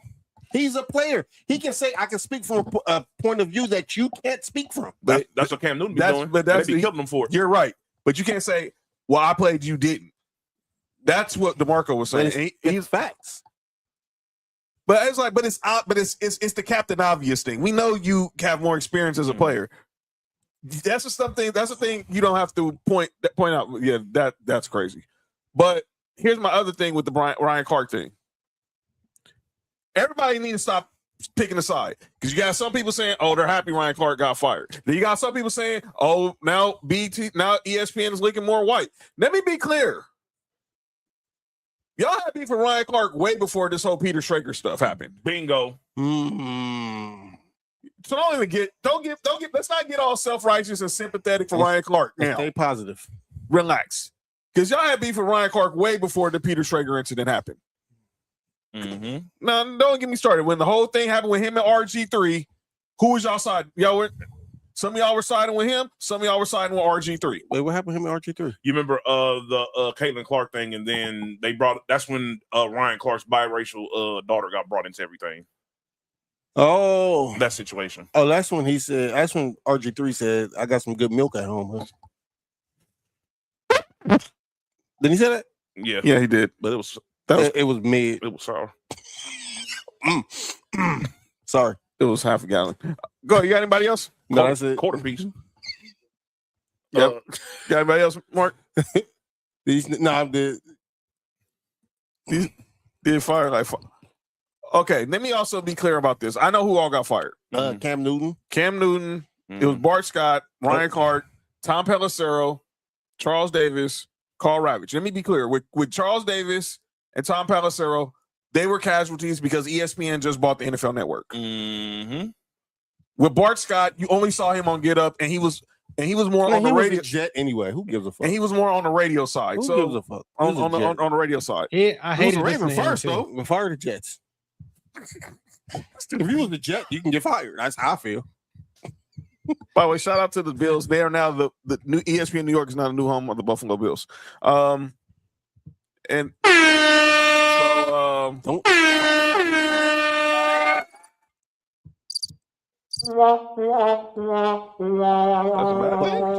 That's a bad thing? Yes. Okay. Anytime the Bills get a lot of exposure, they start playing like shit. Just let them be. Carl Ravitch, who of course was the voice of MLB baseball for like the last 30 years. David 33. Lloyd from Sports Center. But everyone was focusing on Ryan Clark because Ryan Clark is the biggest name. Mm-hmm. And Cam Newton was the biggest name. And Cam Newton was only there 2 days a week. Yeah, Cam Newton don't give a shit. I like Ryan Clark. I don't always agree with Ryan Clark. Yeah, right. I like Ryan Clark. I like pivot Ryan Clark. I don't like ESPN Ryan Clark. Well, he has to be that way. And what I like about Ryan Clark I know, is but that's when what he I'm saying. I totally agree with you. I'm just saying I like pivot Ryan Clark, not I like who he is when he's around Freddie and the Freak Boy. and- Relax, Tig. Channing Crowder. What I like, Channing, yeah. Damn dolphin, freak ass boy. That They that's say role play insane. is a cat, right? Yeah, that was insane. Yeah, I tell you about them dolphin freak ass boys. Because I think that's the thing. He found out on air. And like I said, I like Ryan Clark. What I like about Ryan Clark is even when he wrong, he'll come out and say, "Man, my bad. I was." You know what I'm saying? I was wrong. You don't get that in the media a lot nowadays. Mm-hmm. That's true. And he's gonna be He's gonna be okay. He's got the pivot. He'll land on the feet. NFL and Fox might hire him or CBS or maybe Or NBC. he might go be a defensive coordinator with the damn Steelers. Who knows? Might go coach. He's good. And so Mark, is anybody else you had? Was that it? I haven't processed it yet, but it's something about Sophie. But go ahead. All right, go ahead, Nick. I got the NBA. Well, not NBA. I got NBA's part of this, but I have the investigators behind this whole Clipper thing. I'm calling out names. You got who? Oh my This god! whole investigation. End the investigation, please. Please, dude. This is even the commissioner is saying this is lasting way longer than it should. And now you're hearing they might not be done with this even before this season started. So what the fuck? What are we talking about? What are we waiting on? Kawhi was going to be a Clip. It's going to be a Raptor. Yeah, Brandon Ingram and Grady are going to be Clippers. I think the trade should just go through no matter what happens. it is going through. It's going through. No matter what happens. It's going through. But they should still do the investigation because if you find a way to pay niggas off the books, Mm-hmm. They're not the only ones. Then let everybody do it. Well, that's why they're investigating the Gary Trent contract now. Why? Because he was. Oh no, that's Gary Payton Jr. that was betting on games and was. All right. Gary Trent Jr. got $64 million coming off his worst year of his career. Yeah, that's crazy. Wait, who gave it to him? The Bucks. That's why Giannis wanted to get traded. It was a dumbass shit like that. And they signed his He's brother. Rich Paul's his agent too, isn't he? Wait, yeah. Nobody talk about that. What? His Giannis brother being in the league? Yeah. Nepotism for that, but it's okay. Never mind. People like Giannis. That's why it's hard. Pat Riley said them dudes are not coming to Miami. Nafisa, yes, she'll probably be back tomorrow. Hope so. But yeah, man, in this investigation, dog, Because at the end of the day, because both teams are basically like we're quote unquote not we're the trade's not going to go all through officially because we're waiting on this whatever the shit happens. Because for Toronto, they're like, well, they're trying to figure out if Kawhi's gonna get suspended. Basically, that's what they're waiting on. They whooped the Birds' ass. Yeah, they did. But it's trying to get to the point where I think they don't stop giving the fuck and just go ahead and just have everything go on, because literally everybody is advertising on both sides. The new teams and everything, they've showed the depth charts for both teams and all that other shit. So both the trade is going through. They're basically just seeing how long Kawhi can get suspended for, and if there has to be some accommodations from the Clippers behind that. But it doesn't matter. But you know who was the first player that got paid under wraps? Joe Smith. Yes. And it ruined Minnesota. Sure did. Minnesota had no first round picks for like 5 years. Y'all sure the first person got paid in the wraps? They got caught. When I got caught. Oh, because you know what happened the second time. Because I'm for sure Jordan wasn't only getting paid. Oh, Pippen was getting paid more than that too. But Andre Karolinko, you remember when he signed up over there with Brooklyn, and everybody's like, "Why the hell is this nigga contract so low?" And there was a rumor going around because the youngest brother, Tig. Yeah. Because the room, because you remember the Russian politic dude, he was a Russian president or some shit like that during that time. Who? The Nets owner? Yeah, Provorov. Yeah, he was running for he was running for Congress over there. So the rumor was that he was paying him. What's his name? Mikhail Provorov. I thought you said throw it off.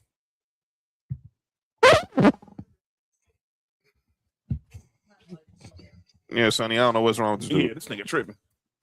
But yeah, he was a guy that they said that he was getting paid. He was paid under the table. He paid him Russian money to sign up over there, and he gave him a little bullshit minimum contract. But yeah, man, get this shit over with, man. I'm tired of seeing this. This is an unnecessary story. Man, just find the Clippers, find Kawhi, man, and let's get on with Steve the fucking Ballmer's going to pay for everything. He doesn't give a shit. He wants it to be. He wants his bad news reputation to go down. He's tired of this shit. Please. He's tired of the bad press. Everybody is in the shit, and it's going about a scam Scatterboo doing. He tried to do a backflip and botched it. It was at Fanatics Fest. He might be over. Never mind. This dude's stupid. Might be what? Over it. Him and the quarterback, nigga. Show him up. All right, let me get to mine. By the way, Michelle throwing off. Yo, relax. Michelle wasn't. Relax, Tig, relax. Y'all think Michelle was her? That's what the problem was. Yo, chill. It was Michael Turner. All right. He says, "Why call me the burner?" Probably had enough of y'all. I want you to know. You heard the first one. Hey, Cody. Hey, find the time for that clip. You said they called the burner. You got the clap. Go ahead, John. All right. Oh, somebody got to play Usher Let It Burn. We're trading places. Jordan Rogers. Uh-oh. Jordan Rogers, I did not think you would do the one thing that is that Aaron Rodgers' brother? Yes. Okay. You would do the one he doesn't talk. The one he doesn't talk to. Yeah. Mm-hmm. Aaron Rodgers done reconciled with the whole family but him. I wouldn't touch this nigga neither. Me neither. He's gonna make me do the one thing I never thought that me and Nick wouldn't.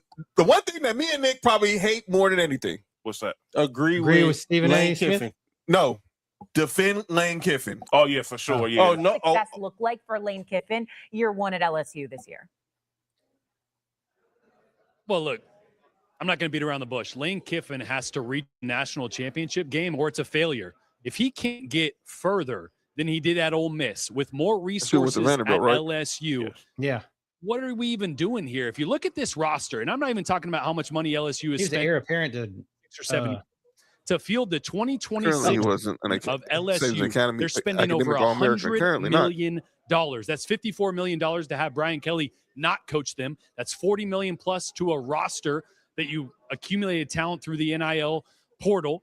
And you have $13 million for Lane Kiffin. That's over $100 million. If you can't get further than Ole Miss did last year with a quarterback that nobody wanted that came from the FCS level, albeit he's a stud, love him. That was a great get by Ole Miss. But if you can't get that far, if not further, it's a failure. Not saying Lane Kiffin's job's in jeopardy if he doesn't reach the national championship, but it is national championship or bust. Man, get him off my screen. What? He looks like a Temu.com jackass version of Aaron Rodgers. So what are you talking about? You gonna make me defend Lane Kiffin out of all people? Come on, fam. He might be the reason why Aaron Rodgers does mushrooms. So let me get this straight. And then you also said that he's under more pressure than Kalen DeBoer. What? At Oregon? The coach from Alabama. Oh, Alabama. How? You know the nigga that took over for Nick Saban? Yes. So let me get this straight. Who's under more pressure than him? Lane Kiffin, apparently. No. Lane Kiffin is okay. I wish Kirby Smart fires a friend. Let me get boy. Let me get this straight. Just because he got all these players in the transfer portal, there's no. That doesn't mean anything. We don't know what these players are going to look like when they play together. Mm-hmm. He's literally bringing in Coach Ed Orgeron. That's all that matters, and that's all that anybody needs to know. So, and we said that on the show 2 weeks before it happened. Literally called it. Lane was going to take the LSU job 2 weeks later, and Coach O was coming to be his lead recruiter. LSU wear purple and yellow too, huh? Yep. These teams don't like matching. The heck you mean that Lane Kiffin is under the most pressure of any coach? He got to get to a natty the first year. Are you kidding me? He's not. First Who is that dude? He played? He was quarterback at Vanderbilt. He was sorry. Oh, that's when Vanderbilt was sorry. Well, I don't give a damn if they was good. He was sorry. like I said, he was a quarterback. He was the heir apparent to Jay Cutler. He was there right after Jay Cutler was. Yeah, that's when the program went down. Yeah. So the moment he took over. I got another one. You know it's football season. Oh, Lord. Oh, shit. When Chris Canty is already hating on Joe Burrow. Oh, my God. This is crazy. John, I seen you put this in the chat. I don't know what happened. This is what happened. You'll hear. It's ridiculous. This is Chris Canty on where Joe Burrow is amongst the elite quarterbacks. Do you believe Burrow is still a top 5 quarterback in this league? No. And I don't understand why we still have That's Ravens bias. Joe Burrow being a top 5 quarterback. Just listen. I don't get it. Say nothing. First of all, the best ability is availability. In 2 of the last 3 years, Joe Burrow has missed 2 months of the season. And it just so happens to coincide with the Cincinnati Bengals being on the outside looking into the postseason in 3 straight years. I'm tired of all of the Joe Burrow sycophants and all of the people that are in the excuse-making business for this dude.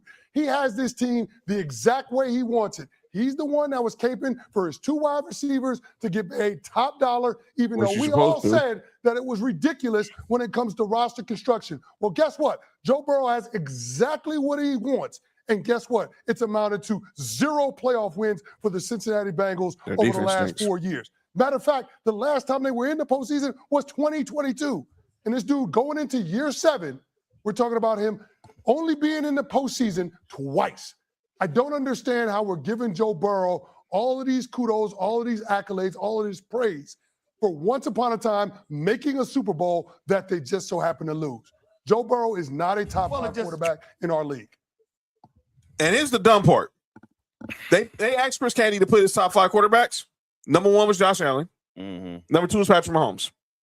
Number 3 was Lamar Jackson. Mm-hmm. Number 4 was Matthew Stafford. Number 5 was Drake May. All right, next. Drake May is not a top 5 quarterback in the league. I don't understand the Drake May obsession. I do. Drake May is a really good quarterback. I'm not sure he's top 5, but he's not really better than Joe Burrow. He's a really good quarterback. He's a very good deep passer. He's a really good quarterback. I'm not putting him top 5. That's not what I'm doing. I'm confused about how you can watch a Cincinnati Bengals game. They say it's Joe And Burrow. y'all don't know, and y'all know Arrow who don't know, I'm a Bills fan. Mm-hmm. We haven't beat Cincinnati when we played Cincinnati in a long time. I can't even hate. How do you watch a Cincinnati Bengals game and say Joe Burrow's not a top 5 quarterback? Nigga, That's just hate. Joe Burrow is like Drew Brees 2.0. All right. Next game. Joe Burrow is like, I'm not comparing him to him because y'all know how I feel about this man. Dan Marino. Yeah, the passer of the ball. Yeah, because he might be the best passer in the league. Nah, he is. He is. This is fucking crazy. Hey, you know what's even crazy? You know what number 2 is? Dad moment. Justin Herbert out of pocket. You said Darren Mullen? No, he said a dad moment. Oh, dad moment. Oh, my dad next moment. one. We support those here. Yeah, always. Max Kellerman. I'm not gonna play the audio because it's too dang long. But he's going on his podcast with Rich Paul, and he said this. I hate these 2 niggas together. I'm not gonna lie. The Lakers are in danger of losing their premium brand recognition to the New York Knicks, and that's right inside of Los Angeles. The Dodgers and the Rams are right there at their heels. Wait, excuse me? What? Wait, excuse me? Don't even waste your time. Wait. Let the Laker hater say it first. Wait. Y'all go first. Y'all go first. Can the Laker That's not possible. Go, Nick. It is literally impossible for the Lakers to lose anything. As when you talking about marketing wise, there's nothing that can affect them. Wait, even when they were trash, not making it to the playoffs, all this stuff, they were still talked about. They're not losing nothing to nobody. Did you say the Lakers? Yes. It starts with the Lakers. Do y'all know the 3 most powerful brands in sports is the Lakers, Yankees, and the Cowboys? And the Cowboys? Yes. Yeah. But they're not losing that at all. They're gonna lose they didn't lose it when they were trash for 8 years. They didn't lose it. They didn't lose at all. At all. And this is a hater saying this, y'all. I do not like the Lakers at all, as y'all already know. And this is crazy. This is the most absolute out of pocket thing I've ever heard. This is so New York bias. I just want to say this, and I said it, and I said it when I hate these two together. Yeah. Y'all like them. Hate these two together, like because they have the most stupidest takes in the fucking world. And the show might be entertaining. I haven't watched any of it. I don't want to. These two together, ridiculous. It's like the thing is they never lost anything. That I feel like they never lost. The Lakers lost anything. The Knicks were already overvalued, and they were just like the Knicks were already up there. They were already overvalued just because of the market they played in. I mean, if you look at at the Forbes list, the Lakers aren't even on the Forbes list, the top 10 teams. They were not there. The Knicks, and this is no disrespect to any other city. The Knicks is that important because it's New York. That's it. Exactly. That's all. I'm saying. The Lakers already overvalued. The Lakers was relevant in Minnesota and here in LA. And LA is if you're not winning, we don't give a fuck about you type time. Pretty much. And what do you mean that the Dodgers and the Rams, and this is no slight at either one of those teams, but when it comes to LA, John, you're a Dodger fan. It starts with the Lakers, and then you figure it out from there. It's Lakers, Dodgers, and you figure it out from there. Hey, John, y'all won the last 2 championships, right? You won on 3 world championships since the last 5 years. No, back to back. Yes. The Dodgers on going back to back.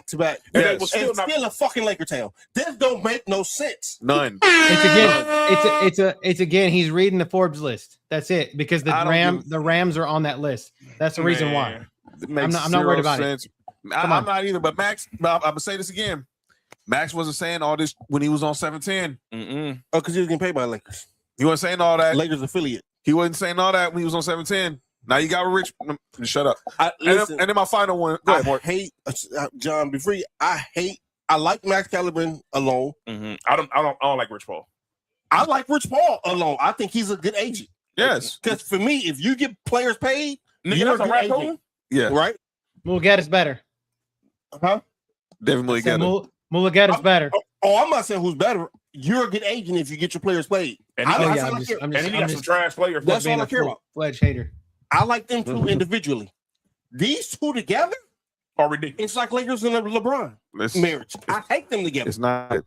I hate them together. And my final one is for everybody who's been on a soapbox about this Tom Brady Logan Paul. Oh my God! What is that? That's a raccoon. That motherfucker big as fuck. I look like Jason Willett. What's up, BK? What'd you just say? Relax. That raccoon built like a he's got a spinal. He's got a spinal. The issue. hunchback of the raccoon. Jason Willett got a spinal issue, or the raccoon does. The same person. That raccoon built like a rich white man on vacation. Yeah, paying for the young black girl. I can't say it. I was gonna say the coon does, but I didn't want to say it like that. Holy shit! That's insane. Well, goddamn. All right, motherfucker, Cody kept telling the truth. Hey, Cody, if you said the coon does, that didn't answer the question though. That's what I was trying to. Everybody is getting bent out of shape over this Tom Brady Logan Paul situation. This was at Fanatics Fest. It was on Tom Brady said some stuff about WWE. Now let me be perfectly clear. Tom Brady didn't literally slap Logan Paul. No, he didn't. He slapped him on the arm. He didn't slap him in the face. For people who never watched wrestling before. This is Tom Brady setting up a bit with Logan Paul. Now, this is where I'm getting where I'm ticked off now. Setting up a bitch? No. Setting up a storyline with Logan Paul. I don't know if he's gonna get in the ring, or he's gonna be magic, whatever. But this is what's ticking me off now. All these people now coming out the woodwork saying Tom Brady needs to go sit down somewhere. Why? He's retired. So I'm like, oh, stay out of the line. I'm listening to 710. Stay out of the limelight. Go be like DiCaprio. Put on a baseball hat and go bang young girls. Be like Jordan. Go on the NASCAR things. And why are you doing commercials? But yo, relax. Nigga. And that's This the way dude- the world goes. And basically, Mac said, "What you actually looking desperate because you been in all these commercials." No, that's hate. Tom Brady is being Tom freaking Brady. He's been doing the same thing he was doing ever since he's been with Giselle. wait. They said go be like MJ. Go to and Top Young Boys, but not that. The one before that. DiCaprio. And fuck the ones that's barely legal. Basically, go back like 20-year-old model chicks. Nah, like, no. y'all don't think it's? I mean, shut up. No, Man. don't do that. Hey. Don't do that. Hey. Tom Brady, you continue to make every single dollar Do you whatever can you want to do. It's called sports entertainment, y'all. Yeah. God damn. Y'all did not realize that was a bit, and now everyone out now. Tom Brady, now all the white elitists. Oh, Like my lord! You should have seen what Jason Whitlock had to say about it. I bet. Get out of here, man. Oh, he was praising it, right? No, he was not. He a Tom Brady hater. My dude, Tom Brady and Logan Paul saw each Because other he at the more World black Cup, and they flipped each other off, and that was it. Oh, like All right, it's time to go home. All right, you didn't ask Cody or Nick if they had a well, Nick did this going on. Cody, what's your calling out names, bro? John. I don't have any. Cody went in the show. All tripping. No, I don't have any. great. Okay, so let's let you know what we got going on. So I'm gonna talk more about this tomorrow night on Sports Review Wrestling. Because now it seems all the wrestling community is upset because Tom Brady's getting involved. I'll check them tomorrow. Check me, JoJo, Nessa, Trail, Sports Review Wrestling, 7:00 tomorrow, Pacific time. Check out Mark, No Rules, live, IG, 8 p.m. on Thursday. Check us 3 back here Friday night. We'll start looking ahead to the WNBA All-Star game. The start countdown, NFL season, rookies reporting to training camp, veterans are reporting to training camps, and we're 50 days away from the kickoff of the NFL season, 35 days away from the kickoff of college football, and we're going to have a discussion on Friday and even Tuesday when Cody gets back. Is it time for the SEC to separate from the NCAA? But we'll talk about that on the next 2 episodes. Make sure you're following Mastah D-Baters on Instagram and X at Mastah D-Baters. Subscribe to Sports for You and Ballers and Briefs on YouTube. Of course, you can follow us all on X, Instagram, and TikTok. And thank y'all again for the night. Cody, Nessa, great topics once again. And we got more coming up next week for episode 3 of Mastah D-Baters.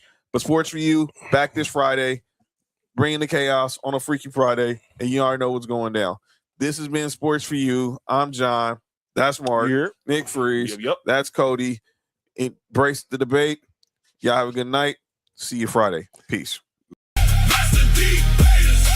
We stay lit. If you want the truth, come take your seat. Join the debate. Bring the heat.